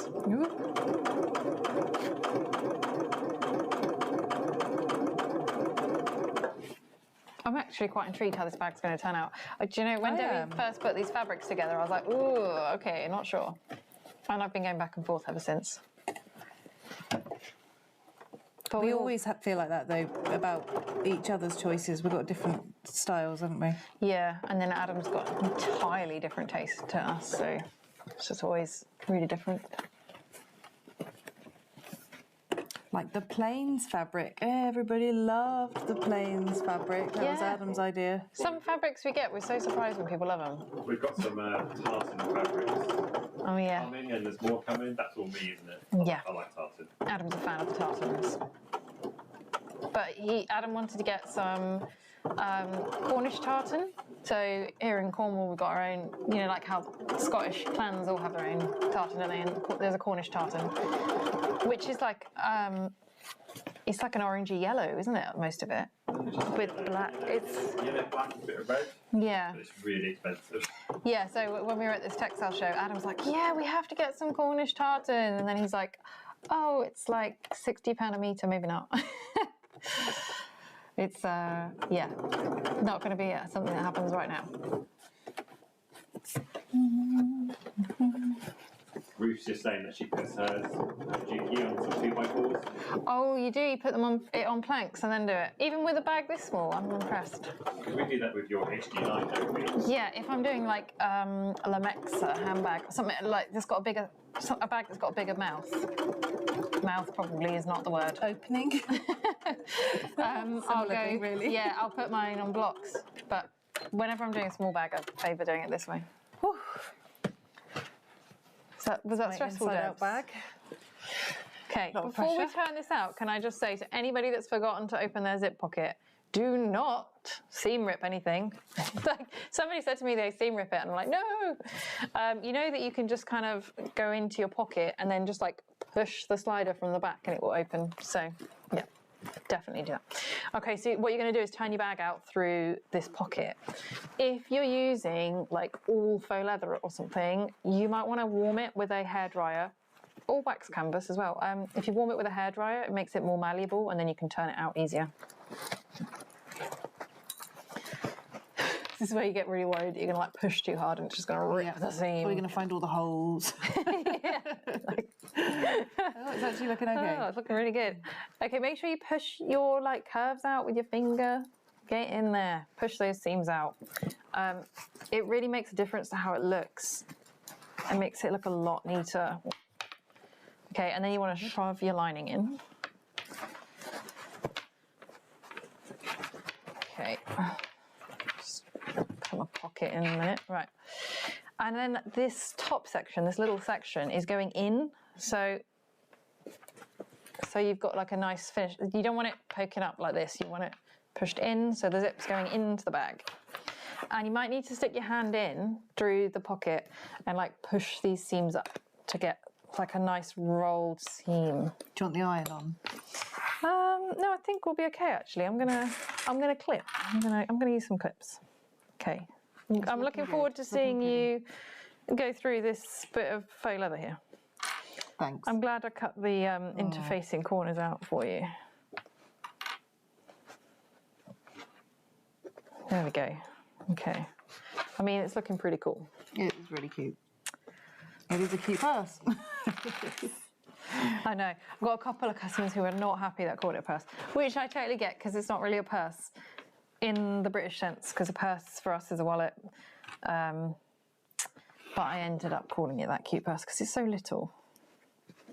Oh, And you did kind of get inspired by an American TV show, didn't you, for this one? So yeah. Oh, come on. Out you come. Right. Are you going to anything? What TV show? No. Not going to admit what. No. Guilty pleasure TV show. it's one most people have watched. Yeah, Jo just texted me late at night with like ideas and things. So she texts me, I want to do a bag that's a bit like this. And it always looks completely different by the time she's done it, but that's where she gets her inspiration from. It's like that thought. Most of them come to me in the middle of the night and then I have to get up and draw them before I forget them. Okay, there we go. Right, push your lining in. Should be a nice, neat finish on top. I'm not sure how much you can see that, but yeah. What we're going to do now is, do you want to just change your top thread? Yes, good idea. I think leave your bobbin as it is, although I've got to be honest, I think you should check your bobbin. I can't believe it hasn't run Nearly out out. Should I not just redo my bobbin with the yellow then? No, I don't think so, because it's got some green there, and then it will match that thread there as well. Where is my yellow? Here. Oh, thank you. Okay. So if you've got Sure enough about in your this? bobbin, keep your bobbin I green, haven't I got think. enough in my bobbin, I don't think. I mean, it's looking a little bit... Oh, I think you can do it. No, you can do it with that, yeah. Nothing worse than running out of bobbin. Attention to the final few minutes. Bobbin gambling. I know, right? I think... Bobbin roulette. I think it's okay. I'm just going to add some more We're clips. top stitching. I mean, you can't have too many clips, right? Well, they do get a little bit annoying. I wonder if anybody's hammering their seams right now. You know, when your seams are too bulky, everyone gets the mallet out and starts smashing them down. That is a good idea. Yeah. Oh, I don't think this machine would like one that Okay. big. Okay, I'm going to close the pocket as well just for now, just to keep it all out of the way and make sure that the lining's sitting neat so it's not like trying to pull up. And also make sure your zip is hanging down inside the bag because you don't want it up here because then you'd like sew through it, which would be super annoying. Okie dokie. Maybe start on the back. And if you want, let's try taking the table off and see. Oh, it does get... These bits get in the way, don't they? That's where you get... These little legs get in the way. Yeah, they do. I'll let you decide which way you want to do it, Debs. No, I think that's why last time... Oh I no, did because end I would not recommend doing it inside out this time because your top thread is orange, so it needs to be on top. You're right. Okay. Oh, just, you know, throwing it out there, complicating things. Okay. Does this need to go on here? Spite it. Let's do it. Yeah. I've not used this machine enough to know, but it looks like it does. It does. It kind of holds it on, although when you're threading your bob... Is there a couple of like blocks or anything you could put it on? We don't really have any wood around here. No. Rolls of webbing.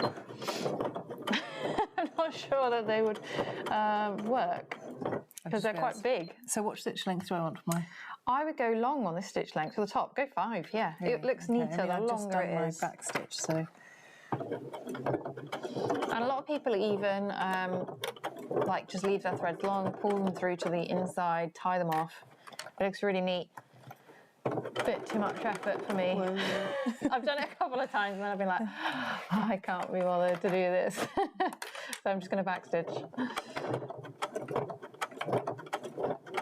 Oh, you wait till you get to this vinyl bit, Debs. You might have to hand crank it over the vinyl bit.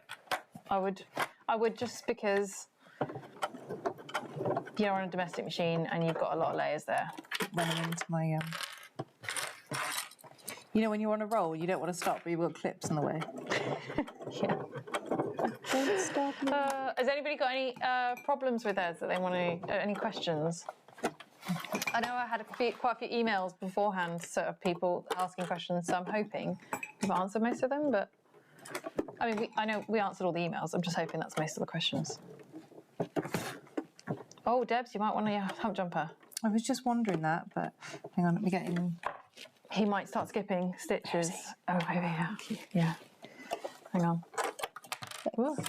It's nice having another person to tidy up. Hang on, I need I'm not to... actually sure. Oh, maybe No, it's I'm not not gonna sure. fit. Okay. Yeah. Maybe not.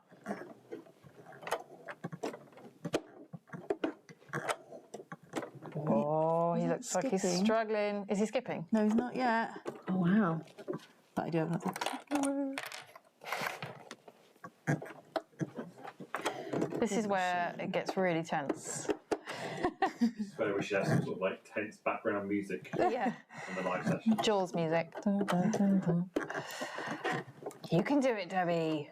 I think he's doing very He's doing well. really well. Okay, I'm impressed with this machine. I've got to admit, I did not like it last time. No, I know. We did have a few dramas with it. To be We fair. did. Crunch, crunch, crunch. He's a He bit. sounds like he might need a little bit of TLC. He's a bit clunky. He sounds like He didn't needs sound a bit clunky of at the oil. beginning. Yeah, I think he needs a little bit of. Have you ever oiled it? No, I'm no good at that. We're just going to hope that Janome aren't listening. This is like my first car. This is going to die a death because you forget to no, oil it and you forgot that it needs an MOT. It was amazing. It went on forever, but I do remember getting to Thorpe Park and thinking, what is wrong with it? It's completely dry. It had no oil whatsoever. Poor thing. But tell you what, it survived.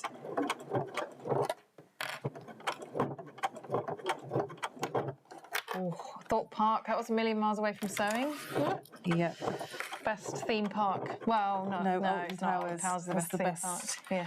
Atmosphere, I think, in the UK anyway. Yeah.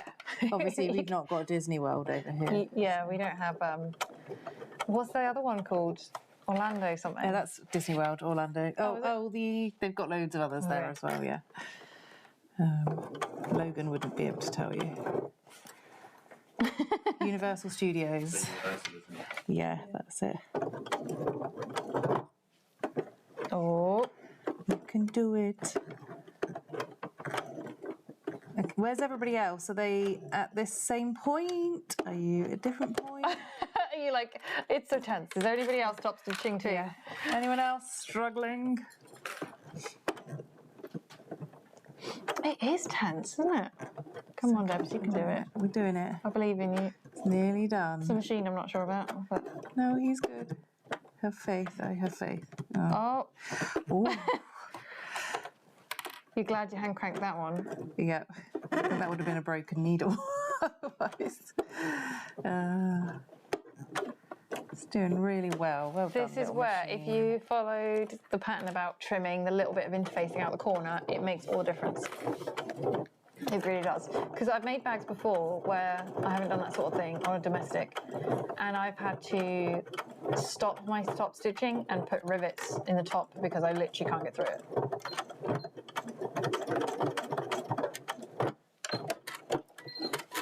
Wow, Debs. Okay, let's see if we've got anything else left to do. Oh yeah, we've got to say the pocket. I was going to say pocket. I'm glad I Next to the checked. pocket. I have so many bags, but the pocket isn't so closed. And you put like your keys in, and they just go underneath inside the bag. Okay, so should we do that? Yeah, let's do it. Oh, that's cute. Okay, so to sew your pocket closed, first of all, if you want like your lining to be like permanently in, you can put some glue in and like stick your lining gusset down so it's permanently fixed to the exterior. It kind of gives it like a slightly need to finish, but it's optional. So we're just going to sew the pocket closed. Ooh, so you just pull your pocket out, and then those folded edges will meet up and give a nice neat edge to the bottom of your pocket. Good idea, Debs. Yeah, change it. Yeah, that yellow's really going to stand out. Yeah, I don't think anybody's ever going to look inside the pocket and check out your stitching, but No, still. not me, but you know.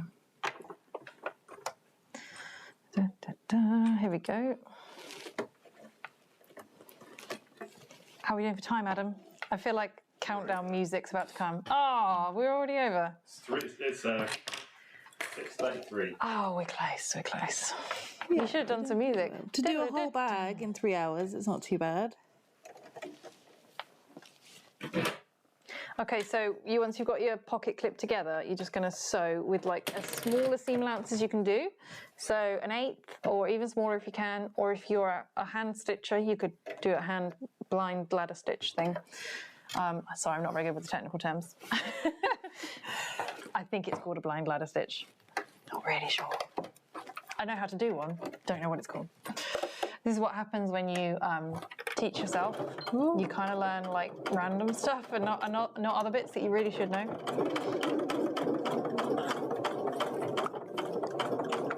Okay, so Debbie's just sewing that closed so that you can use the pocket. Just lost my ball.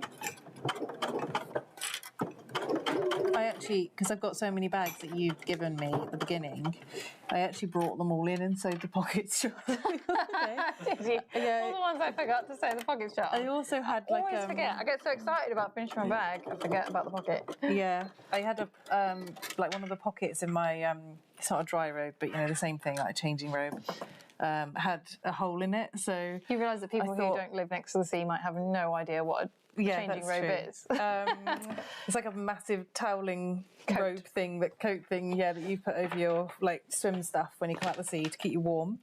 But yeah, I had a hole in one of those pockets, so I thought I'll come and fix it. And I thought, whilst I'm at it, I'll bring about 5 handbags that haven't had their pockets shut. Oh, yes. I always forget. Okay, so make sure your lining's sitting nice and neat and give it a good press with the iron, okay? You can like fill it with a towel and then press it from the outside, as long as it's cotton. Or you can stick it on the end of the ironing board and do that. You weren't even looking at me, were you? Are you laughing, Adam, because the camera was on the wrong place? No, it's fine. Someone just said that they love Debbie's concentration face. Oh no, don't. Sam said it the other day. It wasn't Sam, was it? No. Bridget Young. Oh dear. Yeah, somebody else said it to me the other day. So the last thing you want to do is put your zip end on. So you just like pull your zip closed. Now the first time you do this, it's going to feel really awkward and you're going to think that you've got it the wrong way round. Oh, I did this last time. I think I sewed it on a bit too close. you've done a 1/2 inch instead of a 3/8, so it's a little bit tight, but it's really still working. snug. Okay, and then we need to fit the zip end. So to do this, what we're going to do is trim the zip so it's like got angled corners, and then where's my lighter? There it is. I'm going to melt the end because it's a nylon zip, so you can do that. Have you got the zip ends here? You're going to like fold it in a little bit and then fold it under the teeth. So once we do this on both ends, it's just going to be like the width of the teeth, and then that goes into the zip end, like so.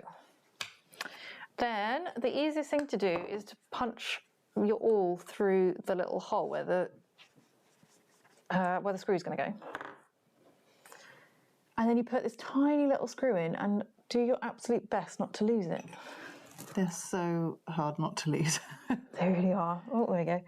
If you've got a magnetic screwdriver, it's much easier. Okay, and then you just screw it in. Simple as that, as tight as you can do it. And that tucks into the bag, but it allows you to open the bag wider than you could if it wasn't like that. Ta-da! Want me to put a strap on? Yeah. And there's Debbie's bag. Look at that. Finished in an evening. I'm well impressed. Yay. I mean, I did have loads of help. But still. Oh, I'm pretty chuffed with that. I don't normally finish projects. They normally end up in a project pouch. How's Harriet getting on? She finished. Nope, don't know. She might say. Have you caught up with us, Harriet? I hope so. So there you have it. That is how you make that cute pouch. That cute purse, not pouch. So yeah, hope you guys have enjoyed joining us. We have the more detailed video tutorial if you need it, if there's anything we have not covered in enough detail here, but hopefully that's covered just about everything, isn't it? Yeah. Yeah, so we've got other patterns coming up in the future. So we might do other kits and other sew-alongs and that kind of thing.